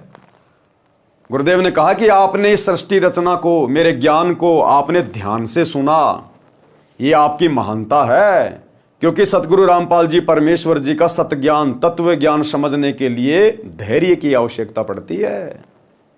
तो कहते हैं वो आत्मा महान होती है जो पहले पूरी बात को सुनती है, पूरी कथा को सुनती है, पूरी सृष्टि रचना को जो सुन लेगा, कहते हैं वो महान आत्मा है। सुनेगा तभी तो समझ में आएगा। परंतु आपने संयम से काम लिया, ये आपकी महानता है। परंतु मैं जो आपको अमर पुरुष तथा सत्य लोक की जानकारी दे रहा हूं वह परम सत्य है। अब जिस समय गरुड़ जी के पास में कबीर परमात्मा गए तो ये नहीं कहा कि मैं ही अमर पुरुष हूं, मैं ही सत्य पुरुष हूं। गरुड़ सुनता भी नहीं, क्योंकि सबके दिमाग में यही बैठा हुआ कि परमात्मा तो निराकार है, परमात्मा किसी के सामने थोड़ी आता है, दिखाई थोड़ी देता है। तो हर बार ये कबीर भगवान सतगुरु रामपाल जी इसी विधि का प्रयोग करते हैं, अपने आप को छुपाते हैं, केवल अपने आप को एक गुरु साबित करते हैं, और अमर पुरुष कह के, सत्य पुरुष कह के, कबीर भगवान कह के अपने से अन्य को परमात्मा बताते हैं ताकि आत्माएं ज्ञान को सुने। तो जिस प्रकार से आज गुरु जी अपने आप को छुपा के कि मैं तो कबीर जी का दास हूं, कबीर जी का भेजा हुआ प्रतिनिधि हूं, कबीर जी तो परमात्मा है, आज भी गुरुदेव उसी विधि का प्रयोग कर रहे हैं। क्योंकि 21 ब्रह्मांड में चाहे कोई गरुड़ देव हो, चाहे ब्रह्मा विष्णु महेश हो, चाहे पृथ्वी का प्राणी हो, सब के सब जीव हैं, सबकी जीव बुद्धि है। ये कड़वी सच्चाई इतनी आसानी से जीव स्वीकार नहीं करता। इसलिए गुरुदेव अपने आप को परमात्मा से अन्य बताकर और ये ज्ञान हम तक पहुंचाते हैं। परंतु आपने संयम से काम लिया, ये आपकी महानता है। परंतु मैं जो आपको अमर पुरुष तथा सत्यलोक की जानकारी दे रहा हूं वह परम सत्य है। मेरा नाम कबीर है, मैं उसी अमरलोक का निवासी हूं। ये नहीं कहा कि मैं भगवान हूं, मैं परमात्मा हूं। क्या कहा? मेरा नाम कबीर है और मैं उसी अमरलोक का निवासी हूं, कि मैं उसी अमरलोक में, उस अमर पुरुष के लोक में रहने वाला हूं। मैं वहीं से चल के आया हूं। जैसे 650 साल पहले भी तो यही कहा करते थे कि मेरा नाम कबीर है और मेरे को सत्य पुरुष ने भेजा है। तो गरुड़ को भी तो यही कहा कि मेरा नाम कबीर है और मैं उसी सतलोक से चल के आया हूं, मैं वहीं का निवासी हूं। ये नहीं कहा कि मैं ही हूं परमात्मा, वो तो आगे जाके बताएंगे गरुड़ को। मेरा नाम कबीर है, मैं उसी अमरलोक का निवासी हूं। आपको काल ब्रह्म ने भ्रमित कर रखा है, यह ज्ञान ब्रह्मा विष्णु तथा शिव जी को भी नहीं है। आप विचार करो गरुड़ जी, जीव का जन्म होता है, आनंद से रहने लगता है, परिवार विस्तार होता है, उसके पालन पोषण में सांसारिक परंपराओं का निर्वाह करते करते वृद्ध हो जाता है। जिस परिवार को देख देख कर अपने को धन्य मानता है, उसी परिवार को त्याग कर संसार छोड़कर मजबूरन जाना पड़ता है। स्वयं भी रो रहा है, अंतिम श्वास गिन रहा है, परिवार भी दुखी है। ये क्या रीति है? क्या ये उचित है? गरुड़ देव बोले, हे कबीर देव, ये तो संसार का विधान है। जन्मा है तो मरना भी है। परमेश्वर जी ने कहा कि क्या कोई मरना चाहता है? क्या कोई बूढ़ा होना पसंद करता है? गरुड़ देव का उत्तर था, नहीं। परमेश्वर कबीर जी ने कहा कि यदि ऐसा हो कि न तो वृद्ध अवस्था हो और ना मृत्यु हो तो कैसा लगे? गरुड़ देव जी ने कहा कि कहना ही क्या, ऐसा हो जाए तो आनंद हो जाए। परंतु ये तो ख्वाबी ख्याल है, यानी शौपन जैसी बातें हैं। हे धर्मदास, मैंने कहा कि वेदों तथा पुराणों को आप क्या मानते हो, सत्य या असत्य? गरुड़ देव जी ने कहा, परम सत्य। तो फिर क्या कहा गुरुदेव भगवान ने उस गरुड़ देव को समझाने के लिए कि भाई तेरे पुराणों में लिखा है, देवी पुराण के 3 स्कंद में स्वयं विष्णु जी ने कहा है कि हे माता, तुम शुद्ध स्वरूपा हो, ये सारा संसार तुम्ही से उद्भासित हो रहा है। मैं ब्रह्मा तथा शंकर आपकी कृपा से विद्यमान है। हमारा तो आविर्भाव यानी जन्म तथा तिरोभाव यानी मृत्यु हुआ करता है। यानी श्री विष्णु जी स्वयं अपनी माता दुर्गा के सामने, देवी पुराण में स्पष्ट लिखा हुआ है, स्वीकार कर रहा है कि हम तीनों देवता तो जन्मते और मरते हैं और हम तो आपके अधीन होकर अपना कार्य कर रहे हैं, हम पूर्ण परमात्मा नहीं हैं। परमेश्वर कबीर जी के मुख कमल से ऐसे पुख्ता प्रमाण, सटीक प्रमाण सुनकर गरुड़ देव चरणों में गिर गए, अपने भाग्य को सराहा और कहा कि जो देव सृष्टि की रचना, ब्रह्मा विष्णु महेश तथा दुर्गा देव तथा निरंजन तक की उत्पत्ति जानता है, वह ही रचनहार परमेश्वर है। देखो, गरुड़ जी पहचान गए परमात्मा को, एक ही नजर में पहचान गए गुरुदेव भगवान को। और क्या कहा गरुड़ जी ने कि जो देव ये सृष्टि रचना जानता हो, ब्रह्मा विष्णु महेश की जन्म और मरण बता दे, कहते हैं वो तो खुद सृष्टि का रचनहार ही हो सकता है। तो एक बार में सृष्टि रचना सुनकर, थोड़े बहुत प्रमाण परमात्मा के मुख से सुनकर, और गरुड़ भी पहचान गया तुरंत, वो पक्षी भी पहचान गया, आप और हम तो इंसान हैं, इंसान सर्वश्रेष्ठ योनि है ये। और 30 साल हो गई, आज भी हम गुरुजी को नहीं पहचान पा रहे कि हमारे गुरुजी ही सृष्टि के रचनहार हैं, कुल के मालिक हैं, सब कुछ हैं।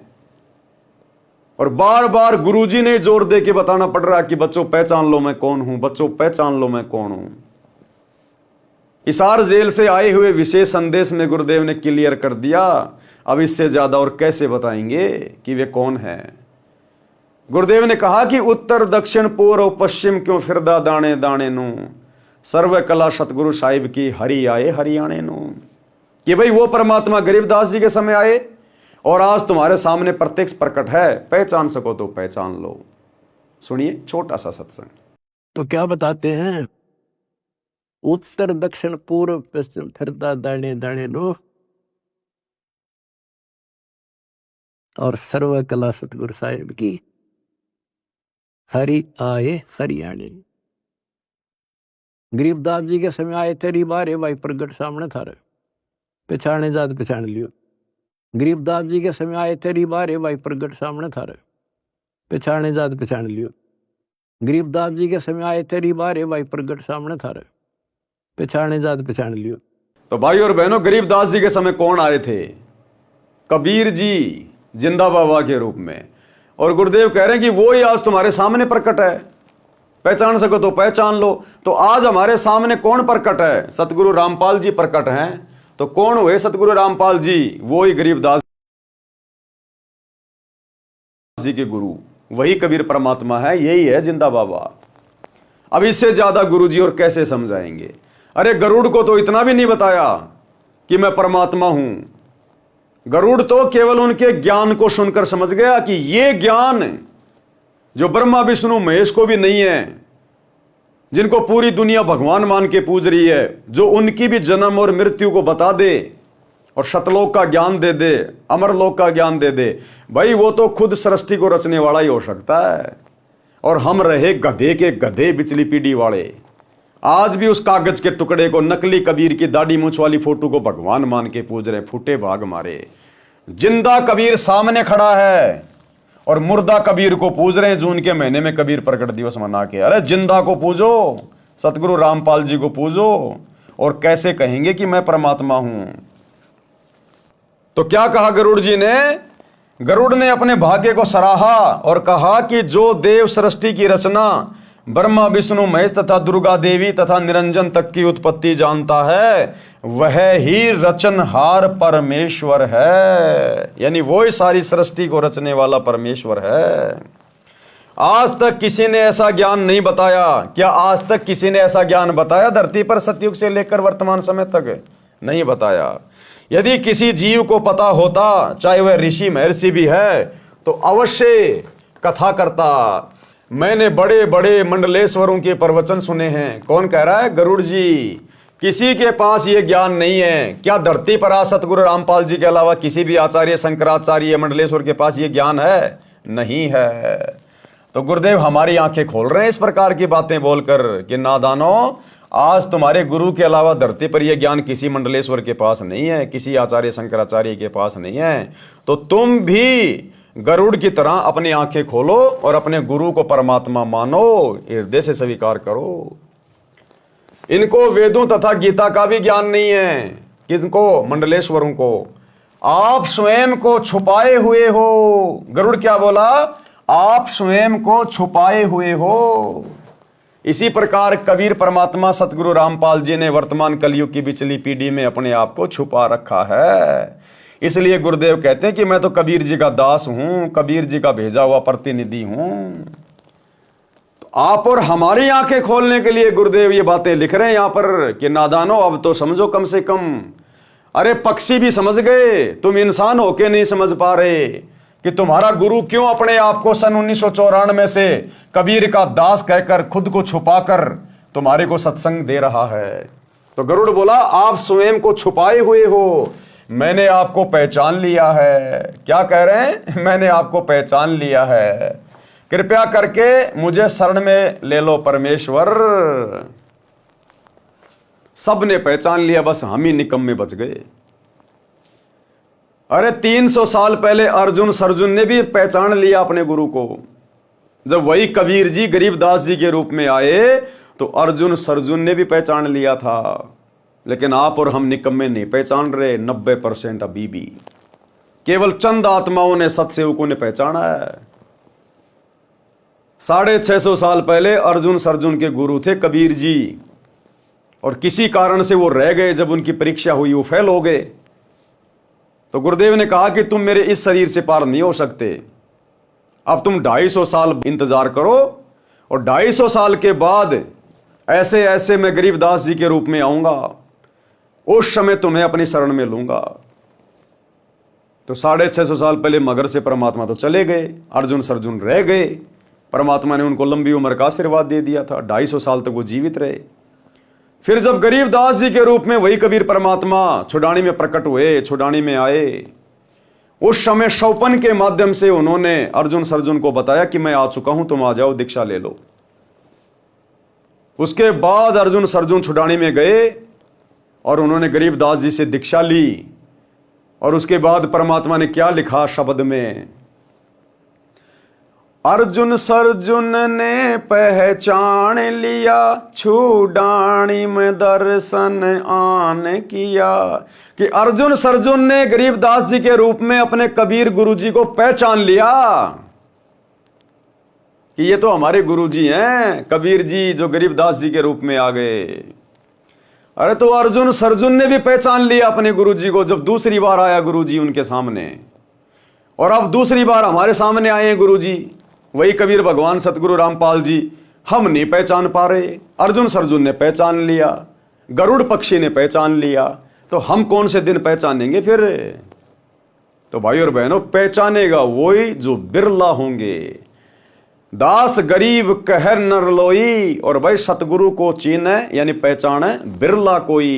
हर किसी के बस की बात नहीं है, और उसके लिए भाई साथ संगति से जुड़ना पड़ेगा सतगुरु को पहचानने के लिए परमात्मा के रूप में। अर्जुन सर्जुन ने पिछान लिए, छुड़ानी में दर्शन किए। अर्जुन सर्जुन ने पहचान लिया, छुड़ानी में दर्शन की। ए रानी नंदन हमने जान लिए, बल राम पिता जनाया है, भक्ति की भिक्षा दे, मीद कटोरा लाया है। सत कबीर दवारे, तेरे पैक दास भिखारी आया। तो क्या कहा गरुड़ जी ने, आप स्वयं को छुपाए हुए हो, मैंने आपको पहचान लिया है, कृपया मुझे शरण में ले लो परमेश्वर। परमेश्वर कबीर जी ने गरुड़ से कहा कि आप पहले अपने स्वामी श्री विष्णु जी से आज्ञा ले लो कि मैं अपना कल्याण कराना चाहता हूं। एक महान संत मुझे मिले हैं, मैंने उनका ज्ञान सुना है, यदि आज्ञा हो तो मैं अपना कल्याण करा लूं। मैं आपका दास नौकर हूं, आप मालिक हैं, हमें सब समय इकट्ठा रहना है। यदि मैं छिपकर दीक्षा ले लूंगा तो आपको दुख होगा। गरुड़ ने ऐसा ही किया, विष्णु जी से सब बात बताई। श्री विष्णु जी ने कहा, मैं आपको मना नहीं करता, आप स्वतंत्र हैं, आपने अच्छा किया, सत्य बता दिया, मुझे कोई ऐतराज नहीं है। हे धर्मदास, मैंने गरुड़ को प्रथम मंत्र दीक्षा 5 नाम कमलों को खोलने वाले प्रत्येक देव की साधना के नाम दीक्षा दी। गरुड़ देव ने कहा कि हे गुरुदेव, ये मंत्र तो इन्हीं देवताओं के हैं, ये तो इन्हीं ब्रह्मा विष्णु महेश के मंत्र हैं, अमर पुरुष का मंत्र तो है ही नहीं। परमेश्वर कबीर जी ने कहा कि ये इनकी पूजा के मंत्र नहीं है, यानी मैंने तुझे जो 5 मंत्र दिए हैं ब्रह्मा विष्णु महेश के, ये इनकी पूजा के मंत्र नहीं है। ये इन देवताओं को अपने अनुकूल करके इनके जाल से छूटने की चाबी है, इनके वशीकरण मंत्र हैं ये देवता हमें यहाँ की भौतिक सुख सुविधा प्रदान करते रहेंगे यदि हम इनके नाम का जाप करते रहेंगे, तो इनकी साधना करते रहेंगे। तो जैसे मजदूर अगर मजदूरी करता रहेगा, फैक्ट्री में काम करेगा, तो मालिक मजदूरी देता रहेगा। हम उस मालिक की पूजा नहीं कर रहे, हम तो मेहनत कर रहे हैं और मेहनत के बदले हमें वो पैसा दे रहा है। तो गुरुदेव ने कहा कि ये 5 मंत्र इन देवी देवताओं के जो मैंने तुम्हें दिए हैं, ये इनकी पूजा नहीं है, ये इनकी साधना है। साधना में पूजा में रात दिन का अंतर होता है। ये इनके वशीकरण मंत्र हैं। जैसे भैंसे को आकर्षित करने के लिए यदि उसको भैंसा भैंसा करते हैं तो वह आवाज करने वाले की ओर देखता तक नहीं। जैसे कुत्ते को कुत्ता कुत्ता कहेंगे वो नहीं देखेगा, भैंसे को भैंसा भैंसा कहेंगे वो नहीं देखेगा। अगर उनसे लाभ लेना है, उनको वश में करना है, आकर्षित करना है, तो उनका एक मूल मंत्र है, बीज मंत्र है। भैंसे को धीरे से कह दो उर्र, तुरंत कान खड़े करके देखेगा कौन पुकारा मुझे, क्योंकि उस शब्द से वो आकर्षित होता है, वो उसका बीज मंत्र है। कुत्ते को कुत्ता कुत्ता कहो कोई असर नहीं पड़ेगा, धीरे से बोल दो त्योल त्योल, तुरंत आपकी तरफ आकर्षित हो जाएगा, पूंछ हिलाने लग जाएगा, क्योंकि वो मजबूर है उस मंत्र के वशीभूत होकर आपके निकट आने के लिए। तो गुरुदेव ने कहा कि वैसे तुम जय गणेश देवा, जय दुर्गा ओम नमः विष्णु देवाय नमः, ओम नमो विष्णु देवाय नमः, तुम कितना ही करते रहो, ये तो खाली इनके शरीर के नाम है, इनकी पहचान है, इनके मूल मंत्र अलग हैं जो मैंने तुम्हें दे दिए 5 मंत्र के रूप में। जब तुम इनका जाप करोगे तो ये तुरंत आकर्षित होंगे, लाभ देने के लिए मजबूर हो जाएंगे, ये तुम्हारी सुरक्षा करने के लिए। तो वो 5 मंत्र जो गरुड़ जी को दिए, वही 5 मंत्र तो आप और हम भगत भाई बहनों को गुरुदेव दीक्षा में दे रहे हैं। हमें तो वरन उससे 2 मंत्र और ज्यादा दे रहे हैं गुरुदेव, हमें तो 7 मंत्र दे रहे हैं। गरुड़ को तो केवल 5 ही मंत्र दिए थे, क्योंकि उस योनि में मोक्ष नहीं हो सकता। मोक्ष के लिए तो धरती पर मनुष्य शरीर स्त्री या पुरुष का प्राप्त करना पड़ेगा। तो केवल गरुड़ के अंदर भक्ति का बीज डालने के लिए, उसकी उस योनि को छुड़वाकर उसको मनुष्य योनि देने के लिए और आगे की पूरी भक्ति देने के लिए परमात्मा ने उसको शरण में लिया था। तो क्या कहा गुरुदेव ने, जैसे भैंसे को आकर्षित करने के लिए यदि उसको भैंसा भैंसा कहते हैं तो वह आवाज करने वाले की ओर देखता तक नहीं। जब उसका वशीकरण नाम पुकारा जाता है हुर्र, तो वह तुरंत प्रभाव से सक्रिय हो जाता है, आवाज करने वाले की ओर दौड़ा आता है। आवाज करने वाला व्यक्ति उससे अपनी भैंस को गर्भ धारण करवाता है। इसी प्रकार आप यदि श्री विष्णु जी के अन्य किसी नाम का जाप करते रहे, वे ध्यान नहीं देंगे। जैसे लोगों ने किताबें बना रखी है, विष्णु सहस्त्रनामा, विष्णु के 1000 नाम, लोग रटते रहते हैं उसके 1000 नाम। कुछ नहीं होगा, 0/0, समय खराब, श्वासें खराब, व्यर्थ में थूक बिलो रहे हो। वैसे को वैसा वैसा करते रहो, झोटा झोटा करते रहो, मोटा मोटा करते रहो, काला काला करते रहो, नहीं देखेगा। उसका वशीकरण मंत्र जाप करो, धीरे से तुरंत कान खड़े करेगा। तो इन देवी देवताओं के नाम की कितनी माला फेरते रहो भाई और बहनों, मंदिरों में मस्जिदों में जाते रहो, तीर्थों पे जाते रहो, 0/0, समय खराब, धन खराब, श्वासें बर्बाद। अगर वास्तव में लाभ चाहते हो इन देवी देवताओं से जो ये दे सकते हैं अपने स्तर का, तो भी आपने अधिकारी गुरु से इनके मंत्र लेने पड़ेंगे। और अधिकारी गुरु वर्तमान में धरती पर एकमात्र सतगुरु रामपाल जी हैं, इनके अलावा कोई दीक्षा देने का अधिकारी नहीं है। इसी प्रकार आप यदि श्री विष्णु जी के अन्य किसी नाम का जाप करते रहें, वे ध्यान नहीं देंगे। जब आप इस मंत्र का जाप करोगे तो विष्णु देव जी तुरंत प्रभावित होकर साधक की सहायता करते हैं। वे देवता तीनों लोकों पृथ्वी, स्वर्ग तथा पाताल के प्रधान देवता हैं। ये केवल संस्कार कर्म लिखा ही दे सकते हैं। ब्रह्मा विष्णु महेश अपनी तरफ से ना किसी का अच्छा कर सकते, ना किसी का बुरा कर सकते। ये तो बेचारे नौकर हैं, ये तो काल के अधीन होकर अपना कार्य कर रहे हैं। देवी पुराण में 3रे स्कंद में खुद श्री विष्णु जी स्वीकार कर रहे हैं कि हमें तो हर प्रकार से देवी के अधीन होकर कार्य करना पड़ता है। तो ये किसी का कुछ नहीं कर सकते, ना भला ना बुरा। इनको ऊपर से जो आदेश आता है ये केवल उतना ही कर सकते हैं। जैसे मैनेजर अपनी जेब से किसी को तनख्वाह नहीं दे सकता, ना किसी की तनख्वाह को काट सकता। मालिक ने ऊपर से जितनी तनख्वाह बना के दे दी मजदूरों की, उसका काम केवल बांटने का है। तो ये तो एज ए मैनेजर हैं ब्रह्मा विष्णु महेश। परमात्मा जिसके भाग्य में जो लिख देता है, केवल ये अपनी ड्यूटी अदा करते हैं, इससे ज्यादा इनके हाथ में कुछ नहीं है। ये केवल संस्कार कर्म लिखा ही दे सकते हैं। इस मंत्र के जाप से हमारे पुण्य अधिक तथा भक्ति धन अधिक संग्रहित हो जाता है। उसके प्रतिफल में ये देवता भगत की सहायता करते हैं। इस प्रकार साधना कर रहे हैं, इनके मंत्रों का जाप कर रहे हैं। जैसे हमने जमीन से हैंडपंप के माध्यम से जल निकालना है, तो हम प्रयत्न तो कर रहे हैं उस वाटर के लिए, जल के लिए, लेकिन हम साधना किसकी कर रहे हैं? उसकी हैंडपंप की। हैंडपंप को ऊपर नीचे कर रहे हैं, ऊपर नीचे कर रहे हैं। तो हम हैंडपंप की पूजा नहीं कर रहे, हम तो हैंडपंप से काम ले रहे हैं। हम तो हैंडपंप से काम ले रहे हैं ताकि पानी निकल जाए। जब पानी मिल जाएगा फिर छोड़ देंगे हैंडपंप को, कोई लेना देना नहीं, अब तू अपना काम कर। जब दोबारा जरूरत होगी तब आएंगे हम तेरे पास। जैसे अपने को आम खाने हैं तो पहले मेहनत मजदूरी नौकरी करेंगे, धन मिलेगा तो आम खाने को मिलेगा। नौकरी पूजा नहीं होती, उस समय हमारा पूज्य आम होता है। पूज्य की प्राप्ति के लिए किया गया प्रयत्न नौकरी है। इसी प्रकार अपने पूज्य परमेश्वर कबीर जी हैं। हमारे पूज्य परमेश्वर कौन हैं? कबीर जी, जो कि सतगुरु रूप में धरती पे आते हैं। गुरु ही भगत का पूज्य देव होता है। इसी प्रकार अपने पूज्य परमेश्वर कबीर जी हैं तथा अमर लोक है, उसके लिए हम श्री ब्रह्मा, श्री विष्णु, श्री शिव जी, श्री गणेश तथा श्री दुर्गा जी की मजदूरी करते हैं, साधना करते हैं, पूजा परमेश्वर की करते हैं। पूजा किसकी करते हैं? परमेश्वर की।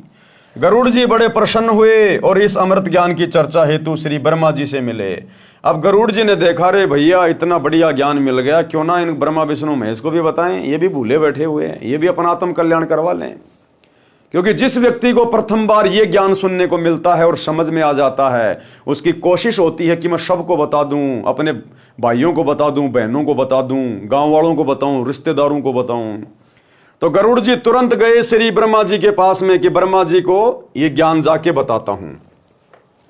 उनको बताया कि मैंने एक महर्षि से अद्भुत ज्ञान सुना है, मुझे उनका ज्ञान सत्य लगा है।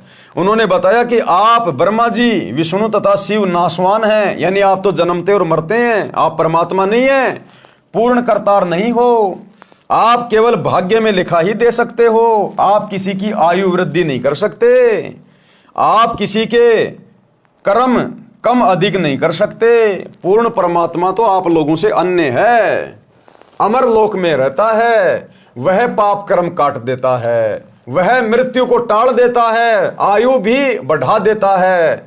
प्रमाण भी वेदों में बताया है। ऋग्वेद मंडल 10 सूक्त 161 मंत्र 2 में कहा है कि रोगी का रोग बढ़ गया है, वह मृत्यु को प्राप्त हो गया है, तो भी मैं उस भगत को मृत्यु देवता से छुड़वा लाऊं, उसको नव जीवन प्रदान कर देता हूं, उसको पूर्ण आयु जीने के लिए देता हूं। आज हमें वही परमात्मा मिला हुआ है भाई और बहनों। ये सतगुरु रामपाल जी भगवान वही अमर पुरुष है, वही कबीर भगवान है जो मृत्यु को भी टाल दे, मर जाए तो धर्मराज के दरबार से उस जीव आत्मा को छुड़वा कर ले आए। ये समर्थ भगवान है स्वयं। ऋग्वेद मंडल 10 सूक्त 161 मंत्र 5 में कहा है कि हे पुनर्जन्म प्राप्त प्राणी, तू मेरी भक्ति करते रहना, यदि तेरी आंखें भी समाप्त हो जाएंगी तो तेरी आंखें स्वस्थ कर दूंगा। अब बताओ, आश्रमों में आंखों का कैंप लगाया जा रहा है। अरे जो परम संत धरती पर प्रकट है वही कबीर भगवान है, जो अपने भगत को गारंटी दे रहा है कि तुम मर्यादा में रह के मेरी भक्ति करता रहे, तेरी आंखें भी चली जाएंगी तो भी मैं वापस ठीक कर दूंगा। और उसी परम संत के आश्रम में आंखों का कैंप लगाया जा रहा है। अरे आंखें खराब हैं तो दुनिया भर के हॉस्पिटल बाहर हैं आंखों के, वहां जाके मर लो।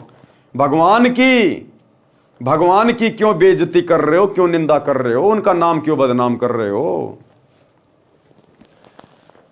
हे पुनर्जन्म प्राप्त प्राणी, तू मेरी भक्ति करते रहना, यदि तेरी आंखें भी समाप्त हो जाएंगी तो तेरी आंखें स्वस्थ कर दूंगा, तेरे को मिलूंगा भी, यानी मैं तेरे को प्राप्त भी होऊंगा, यानी तेरा मोक्ष भी होगा। ब्रह्मा जी को वेद मंत्र कंठस्थ हैं, तुरंत समझ गए, परंतु संसार में लोकवेद के आधार से ब्रह्मा जी अपने आप को प्रजापति यानी सबकी उत्पत्ति करता मान रहे थे। वेदों को कंठस्थ याद कर लेना भिन्न बात है और वेद मंत्रों को समझना विशेष ज्ञान है। मान बढ़ाई वश होकर ब्रह्मा जी ने कहा कि वेदों का ज्ञान मेरे अतिरिक्त विश्व में किसी को नहीं है, इन मंत्रों का अर्थ गलत लगाया है। कबीर परमेश्वर ने ऐसे व्यक्तियों के विषय में कहा है कि अब बताओ भाई, जब ब्रह्मा जी ने देख लिया, समझ लिया कि बात बिल्कुल सही कह रहा है गरुड़, ऐसा ही लिखा है, फिर भी मान बढ़ाई में आके कह रहा कि नहीं नहीं, मेरे अलावा वेदों का किसी को अर्थ नहीं है, जिसने बताया वो गलत कह रहा है। तो बताओ ये वर्तमान के छोटे मोटे पंडित आचार्य शंकराचार्य ये इतनी जल्दी कैसे स्वीकार करेंगे? इनमें भी तो मान बढ़ाई कूट कूट के भरी है, वंशज तो उसी के हैं ब्रह्मा जी के। तो जब इनका वंशज ही इतना बड़ा झूठा है तो ये वर्तमान वाले इतनी जल्दी कैसे स्वीकार करेंगे? तो ऐसे मान बढ़ाई के भूखे लोगों के विषय में, देवी देवताओं के विषय में कबीर परमेश्वर ने क्या लिखा है? कबीर जान बूझ सांची तजे और करे झूठ से ने, ऐसे लोगों की संगत है प्रभु शौपन में भी ना दे। कि ऐसे निकम्मों के तो शौपन में भी दर्शन नहीं होने चाहिए जो जानबूझ के बकवाद करते हैं। कबीर परमेश्वर जी ने कहा कि जो व्यक्ति प्रमाण आंखों देखकर भी झूठ को ही आधार मानता है, उस व्यक्ति से तो परमात्मा शौपन में भी ना मिलाना। वो इतना दुष्ट है, उससे ज्ञान चर्चा करना व्यर्थ है। ब्रह्मा जी गरुड़ जी के वचन सुनकर अति क्रोधित हुए और कहा कि तेरी पक्षी वाली बुद्धि है, तेरे को कोई कुछ कह दे उसी की बातों पर विश्वास कर लेता है। वो ब्रह्मा जी वापस गरुड़ जी को धमकाने लग गया कि तेरी तो ये पक्षियों वाली बुद्धि है, तेरे को कोई कैसा कह दे तू वैसा ही मान लेता है। तेरी तो पक्षी वाली बुद्धि है, तेरे को कोई कुछ कह दे उसी की बातों पर विश्वास कर लेता है। तेरे को अपनी अकल नहीं है, यानी गरुड़ तेरे अंदर दिमाग नहीं है। ब्रह्मा जी ने उसी समय विष्णु, महेश, इंद्र तथा सब देवताओं व ऋषियों को बुला लिया। ब्रह्मा जी ने देखा ये बात तो फैलेगी धीरे धीरे, और बात फैलेगी तो हमारी महिमा कम हो जाएगी। तो आनन फानन में सभी देवी देवताओं को बुला लिया, मीटिंग शुरू कर ली तुरंत। क्योंकि भाई और बहनों, देवी देवताओं की जो विज्ञान है, जो टेक्निक है, वो धरती की विज्ञान से लाखों गुना ज्यादा सुपीरियर है। वहां पर मैसेज नहीं करने पड़ते, फोन नहीं करने पड़ते, वहां पे सारे के सारे काम मानसिक रूप से होते हैं। तुरंत सबके मन में जो है वो प्रेरणा हो जाती है, सेकंड में वहां पे सिद्धियां होती हैं, और तुरंत सेकंडों में सभी वहां पर इकट्ठे हो जाते हैं, प्रकट हो जाते हैं। चाहे लाखों, चाहे 33 करोड़ देवी देवता 2 सेकंड में इकट्ठे हो जाते हैं। वहां का सिस्टम ऐसा ही है। जैसे आजकल आप जी देख रहे हो, बहुत सारी कंपनियां हैं जो कि बल्क में मैसेज भेजती हैं। वो आपका कोई भी संदेशा चाहो तो 1 करोड़ लोगों को एक बार में बटन दबाते ही सबके मोबाइल पे मैसेज आ जाएगा। जैसे कंपनियां क्या करती हैं, अपने एयरटेल का रिचार्ज, जियो का रिचार्ज, सबके मोबाइलों में उनके मैसेज आते हैं, आपको ये ऑफर दिया जा रहा है। वो सबको एक साथ भेजते हैं, मैसेज टाइप करके एक बटन दबाते हैं अपनी वेबसाइट में। जितने भी लोगों ने वो सिम ले रखी है, सबके मोबाइल पे तुरंत घंटियां बजनी शुरू हो जाती है। तो जब यहां इस गंदे लोक में इस विज्ञान के माध्यम से ऐसा थोड़ा बहुत हो सकता है, तो देवताओं की विज्ञान तो लाखों गुना ज्यादा उत्तम है यहां की विज्ञान से। और देवताओं की विज्ञान से भी करोड़ों गुना ज्यादा उत्तम विज्ञान है सतलोक की, परमात्मा की। तो ब्रह्मा जी ने उसी समय विष्णु, महेश, इंद्र तथा सब देवताओं व ऋषियों को बुला लिया कि भैया ये तो बेइज्जती हो जाएगी अगर पोल पट्टी खुल गई तो। सभा लग गई। ब्रह्मा जी ने उनको बुलाने का कारण बताया कि गरुड़ आज नई बात कर रहा है कि ब्रह्मा, विष्णु, महेश नासवान है, पूर्ण परमात्मा कोई अन्य है, वह अमरलोक में रहता है, तुम करता नहीं हो। ये बात सुनकर श्री विष्णु जी तथा श्री शिव जी बहुत नाराज हुए, क्रोधित हो गए, और गरुड़ को ब्रह्मा वाले उलाहने देने लगे, यानी बुरा भला कहने लगे, उसको दोषी साबित करने लगे। फिर सबने मिलकर निर्णय लिया कि माता दुर्गा जी से सत्य जानते हैं। सब मिलकर माता के पास गए, यही प्रश्न पूछा, क्या हमारे यानी ब्रह्मा, विष्णु तथा शिव से अन्य कोई पूर्ण प्रभु है? क्या हम नाशवान हैं? माता ने 2 टूक जवाब दिया कि तुमको ये गलतफहमी कब से हो गई कि तुम अविनाशी तथा जगत के कर्ता हो। अब उनकी माता जी ने भी उनको 2 टूक में जवाब दे दिया कि गरुड़ सही तो कह रहा है, तुम कब से अपने आप को भगवान मानने लग गए? तुम कब से अपने आप को जगत के कर्ता धर्ता मानने लग गए? बेचारों का मुंह उतर गया तीनों का। यदि ऐसा है तो तुम मेरे भी बाप हुए। अब दुर्गा ने कहा, यदि तुम ही संसार की उत्पत्ति करता हो तो मैं तुम्हारी मां भी संसार में रहती हूं, फिर तो मेरे बाप भी तुम हुए, फिर मुझ दुर्गा के बाप भी तुम ही हुए, मेरे को भी तुम्ही ने पैदा किया होगा। फिर तो अगर तुम ही संसार के अगर कर्ता धरता हो तो फिर तो तुम्हारी मां भी इसी संसार में रहती है दुर्गा, फिर तो दुर्गा को भी तुमने पैदा किया होगा। अब इससे ज्यादा फिर वो क्या बोलते? मां से बड़े तो नहीं है ना, तो तुमसे बड़ी तो तुम्हारी मां हो गई जिससे तुम्हारा जन्म हुआ, और वो कह रहे हैं कि हम ही हैं सारी सृष्टि के रचनहार, कर्ता धर्ता। तो बेचारों का मुंह छोटा सा हो गया तीनों देवताओं का, क्या जवाब दें अब? तो क्या कहा दुर्गा ने? माता ने 2 टूक जवाब दिया कि तुमको यह गलतफहमी अर्थात भ्रम कब से हो गया कि तुम अविनाशी तथा जगत के कर्ता हो। यदि ऐसा है तो तुम मेरे भी कर्ता यानी बाप हुए, जबकि तुम्हारा जन्म मेरी कोख से हुआ है। वास्तव में परमेश्वर अन्य है, वही अविनाशी है, वही सबका कर्ता है, वही अविनाशी है।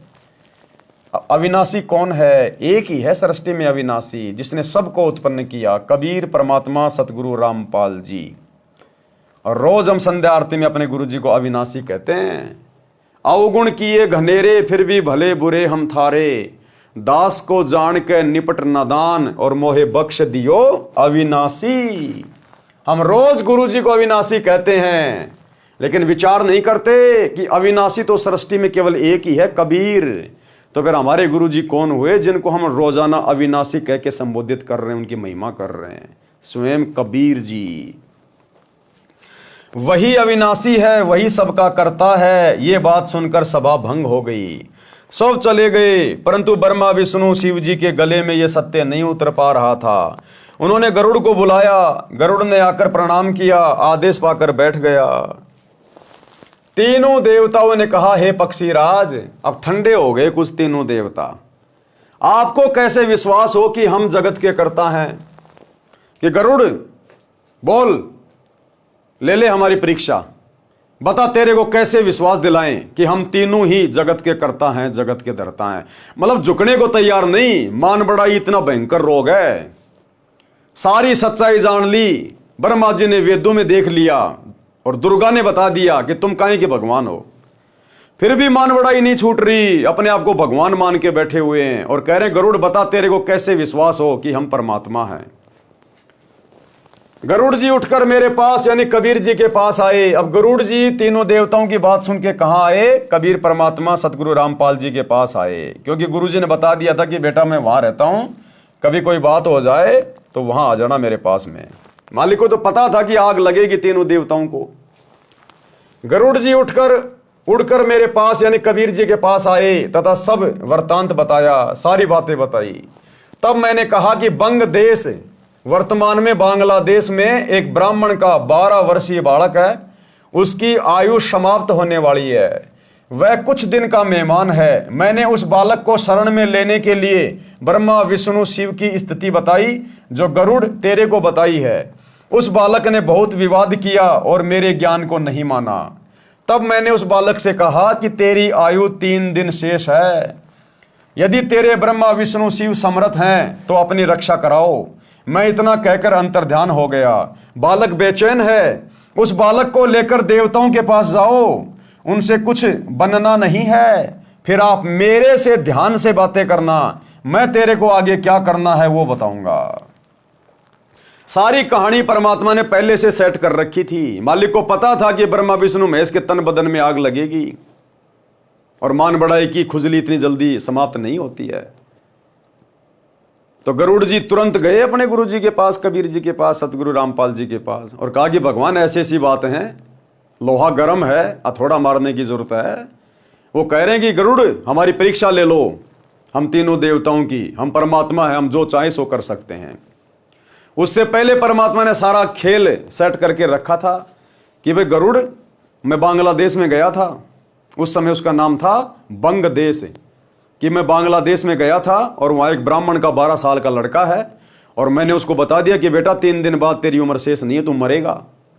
लेकिन वो कह रहा था नहीं, मैं तो ब्रह्मा विष्णु महेश की भक्ति करता हूँ, वो भगवान है, परमात्मा है, मेरी आयु बढ़ा देंगे, मुझे नहीं मरने देंगे। तो अब तू उस लड़के के पास जा। वो लड़का बेचैन हो रहा है, मैंने कह दिया कि तू नहीं जिएगा 3 दिन बाद, तेरे ब्रह्मा विष्णु महेश कुछ नहीं कर पाएंगे। तो वो लड़का बेचैन है। अब तू जा उस लड़के को लेके ब्रह्मा विष्णु महेश के पास जा और बोल कि ये तो तुम्हारा भगत है, इसकी आयु बढ़ा दो, इसकी आयु 3 दिन की है, इसके बाद आयु नहीं है। अगर तुम भगवान हो ब्रह्मा विष्णु महेश तो अपने भगत की तो आयु बढ़ा दो, अगर तुम आयु बढ़ा दोगे तो मैं तो तुम्हारी भक्ति कर लूंगा।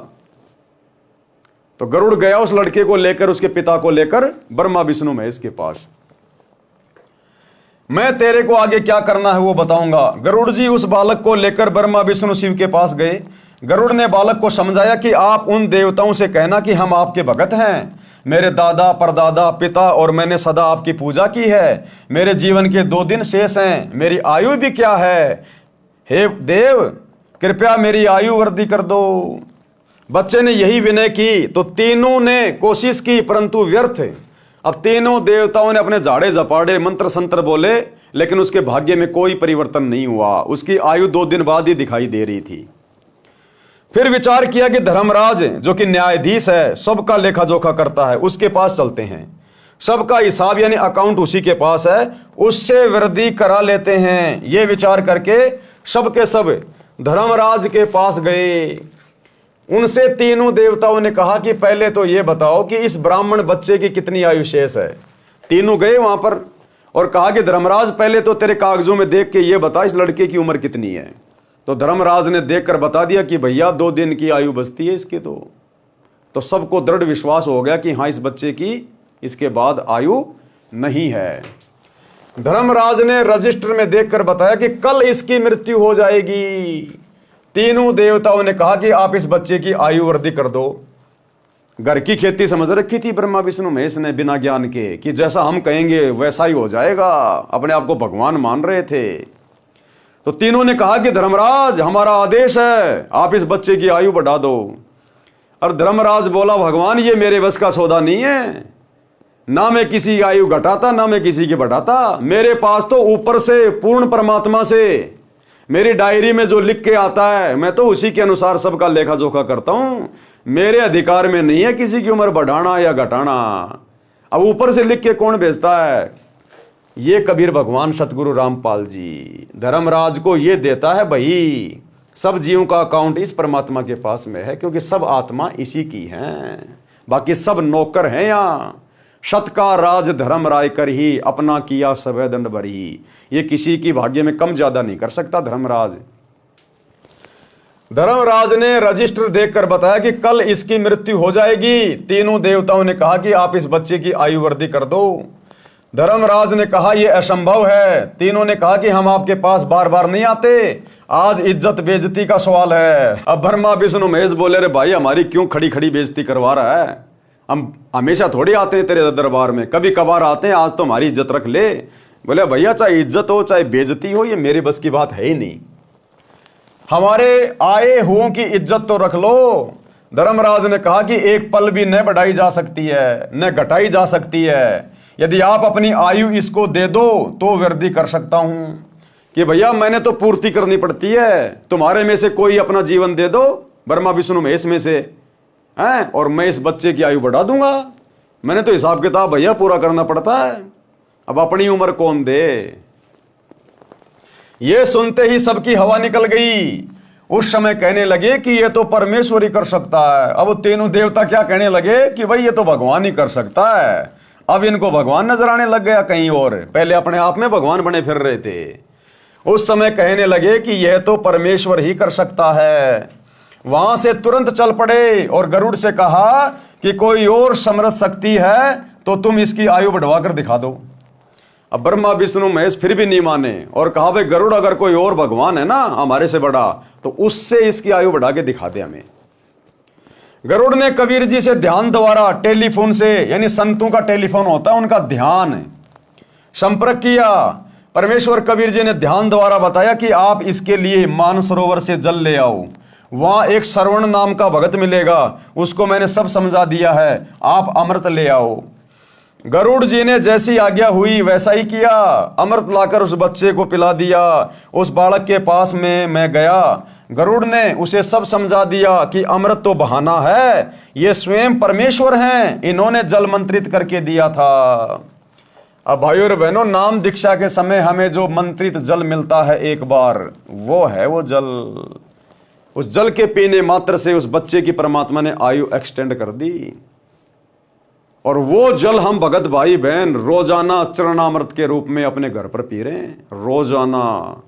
यही है वो समर्थ परमात्मा जिन्होंने जल मंत्रित करके दिया था अपनी वचन शक्ति से। जो जल हमें प्रथम बार नाम दीक्षा के समय मिलता है, प्रथम दीक्षा के समय जो जल पिया जाता है वो मंत्रित होता है गुरुदेव भगवान की वचन शक्ति से। और उसके बाद हमें रोजाना घर पर अलग से चरणामृत दिया जाता है पीने के लिए, एक छोटी सी शीशी में, जिसको आगे से आगे हम पानी डाल के बढ़ाते रहते हैं। तो भाइयों और बहनों, वो अमृत का जल उस मानसरोवर से भी ज्यादा पाक और पवित्र पावरफुल जल, अमृत जल, गुरुजी का चरणामृत आप और हम आत्माओं को रोजाना पीने को मिल रहा है। तब कहीं जाकर इस काल के गंदे लोक में हमारी बुद्धि थोड़ा थोड़ा काम कर रही है, हम अपने गुरु को परमात्मा मान पा रहे हैं, भक्ति कर पा रहे हैं, बुराई छोड़ पा रहे हैं। अन्यथा ये संभव नहीं है यहां पर। तो गरुड़ ने क्या कहा कि भैया ये जल तो केवल एक बहाना है, असल में ये परमात्मा आए हुए हैं और इनके आशीर्वाद से इन्होंने जो जल जो मंत्रित करके दिया है इससे ये बात बन रही है। ये स्वयं परमेश्वर हैं, इन्होंने जल मंत्रित करके दिया था। बालक तुम दीक्षा ले लो।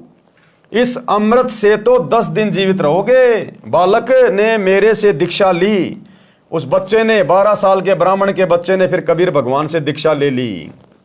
जब बालक 15 दिन तक नहीं मरा तो गरुड़ ने तीनों ब्रह्मा विष्णु तथा शिव जी को बताया कि यह बालक जीवित है, मेरे गुरुजी से दीक्षा ले ली।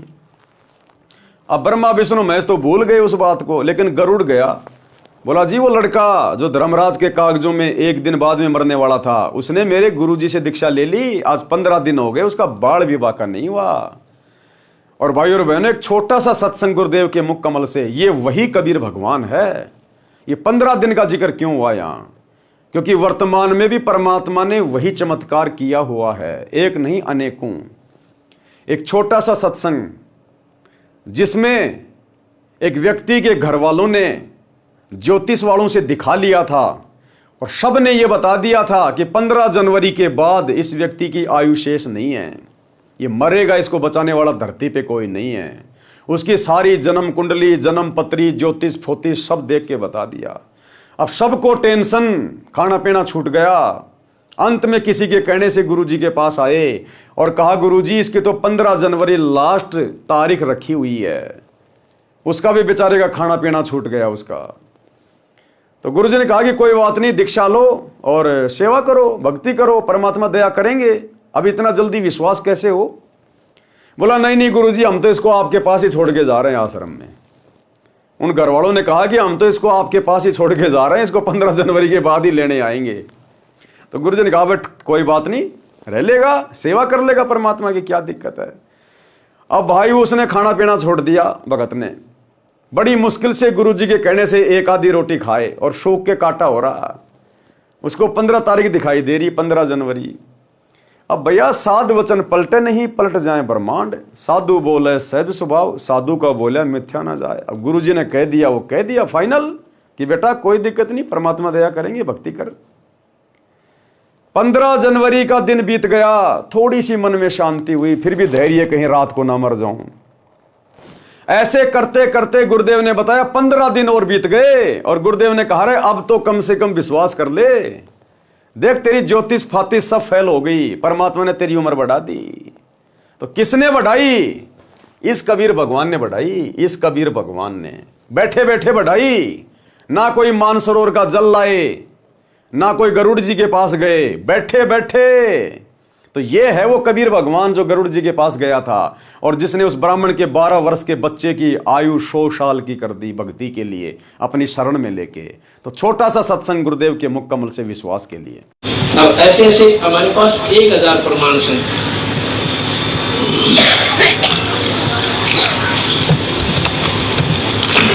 ये भगत जी मिस्त्री राज है। कृष्ण सनोप गंगाराम गांव करोठा में हमारा ही आश्रम भी बन गया, बाद में बना है। इसको इतना भयंकर रोग हो गया, इसने 6 मैं बोला भी बात सुनो, बंदी छोड़ भगवान की शरण में विधिवत लाओ उसको और नाम जुआओ। और पहले उसने नाम लिया था पर बीच में उसने अपना वो साधना छोड़ दी मारे वाली और लग गया करने। फिर उसको कुछ तकलीफ होगी बाद में, तो मैं बोला उसको दोबारा तो उपदेश लेना पड़ेगा। वो दोनों इतनी फूट फूट कर रोने लगी, वो लड़का भी रोने लग गया छोटा सा। जो बोले जी छोरा, जो बोला विक्रम तक मेरा पिताजी मरेगा और मन ने करनी मुझसे बिठानी पड़ेगी माई को, पेट को नहीं खाते। लोग कहेगा जी मारा भी कर्जा बैठ गया, इतना बुरी तरह रोया, हम दोनों के दोनों घर पे।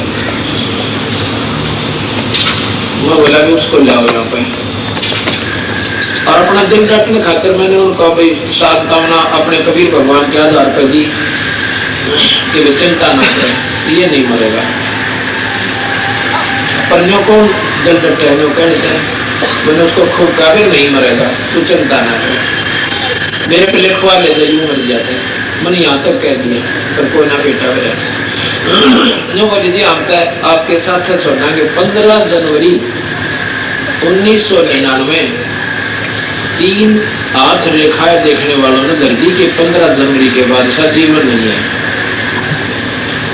अब हम उन आधे खड़े गला पक्का माने, उसने जो कह दिया फाइनल है।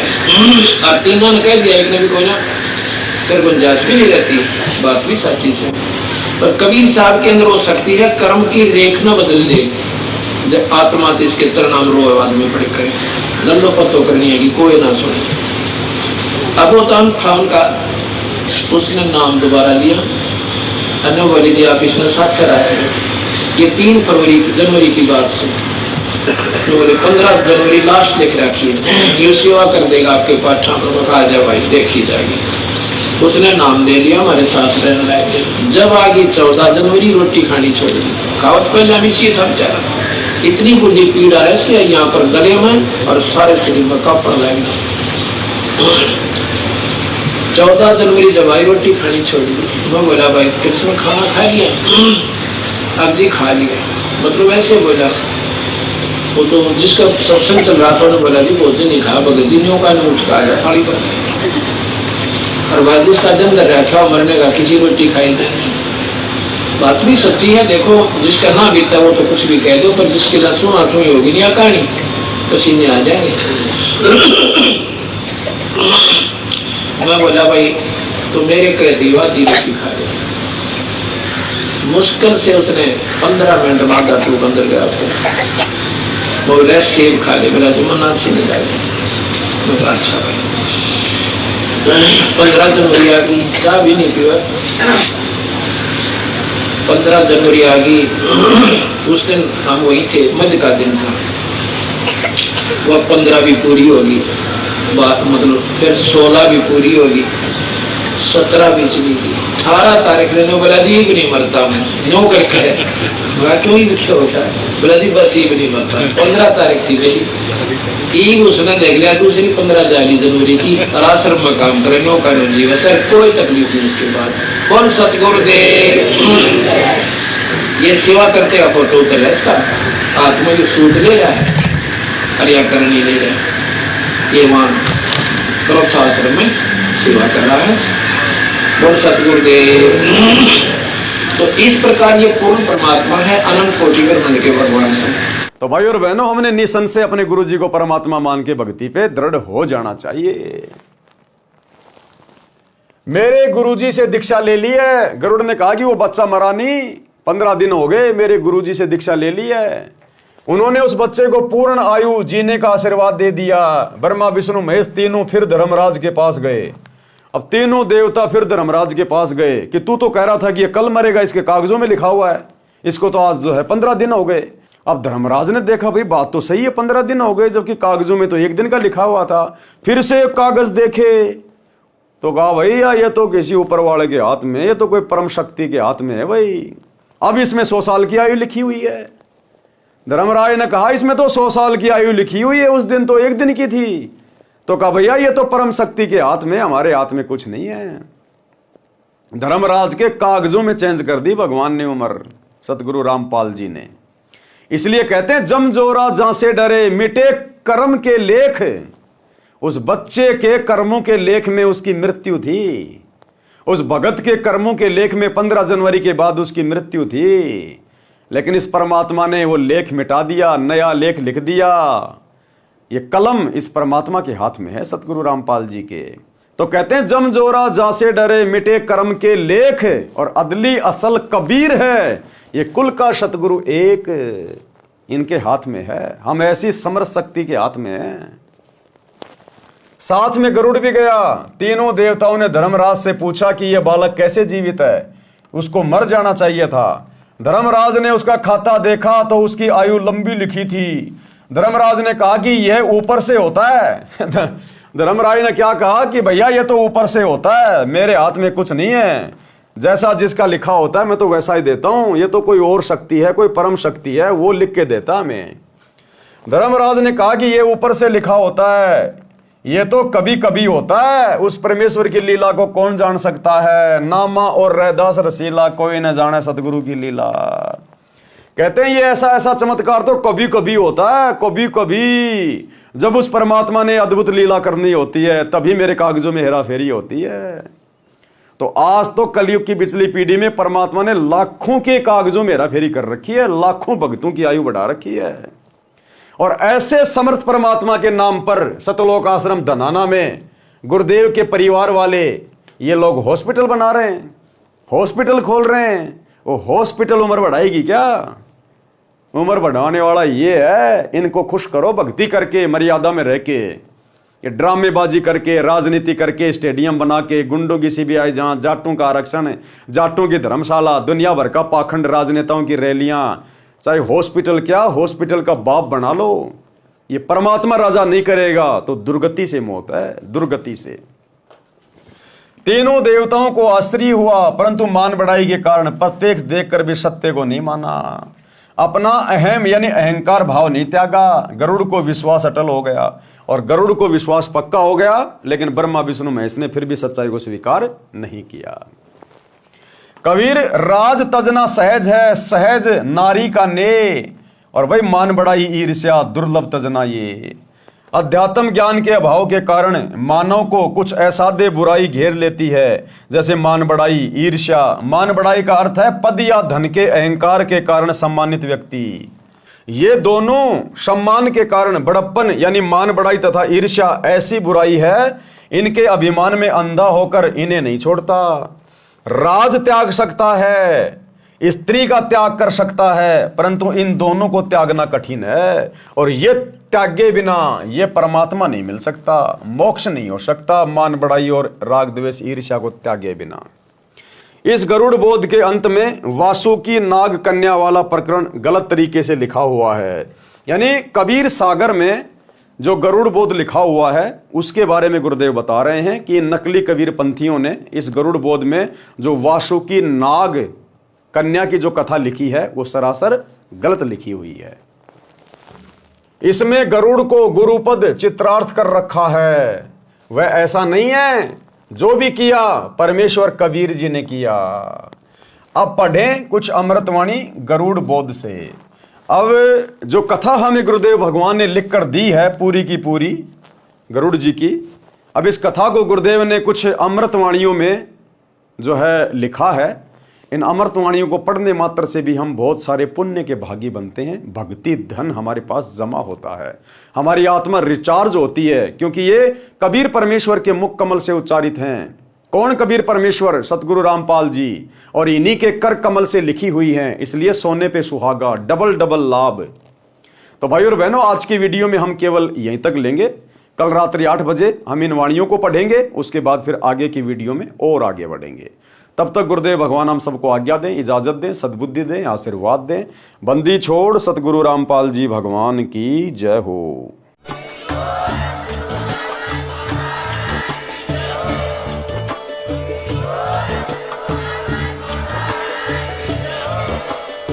भाई जो गुरु बचन पे डट गे, कट गे फंद 84 के, कट गे फंद 84 के, कट गे फंद 84 के। भाई जो गुरु बचन पे डट गे, कट गे फंद 84 के, कट गे फंद 84 के, कट गे फंद 84 के। भाई जो गुरु बचन पे डट गे, कट गे फंद 84 के, कट गे फंद 84 के, कट गे फंद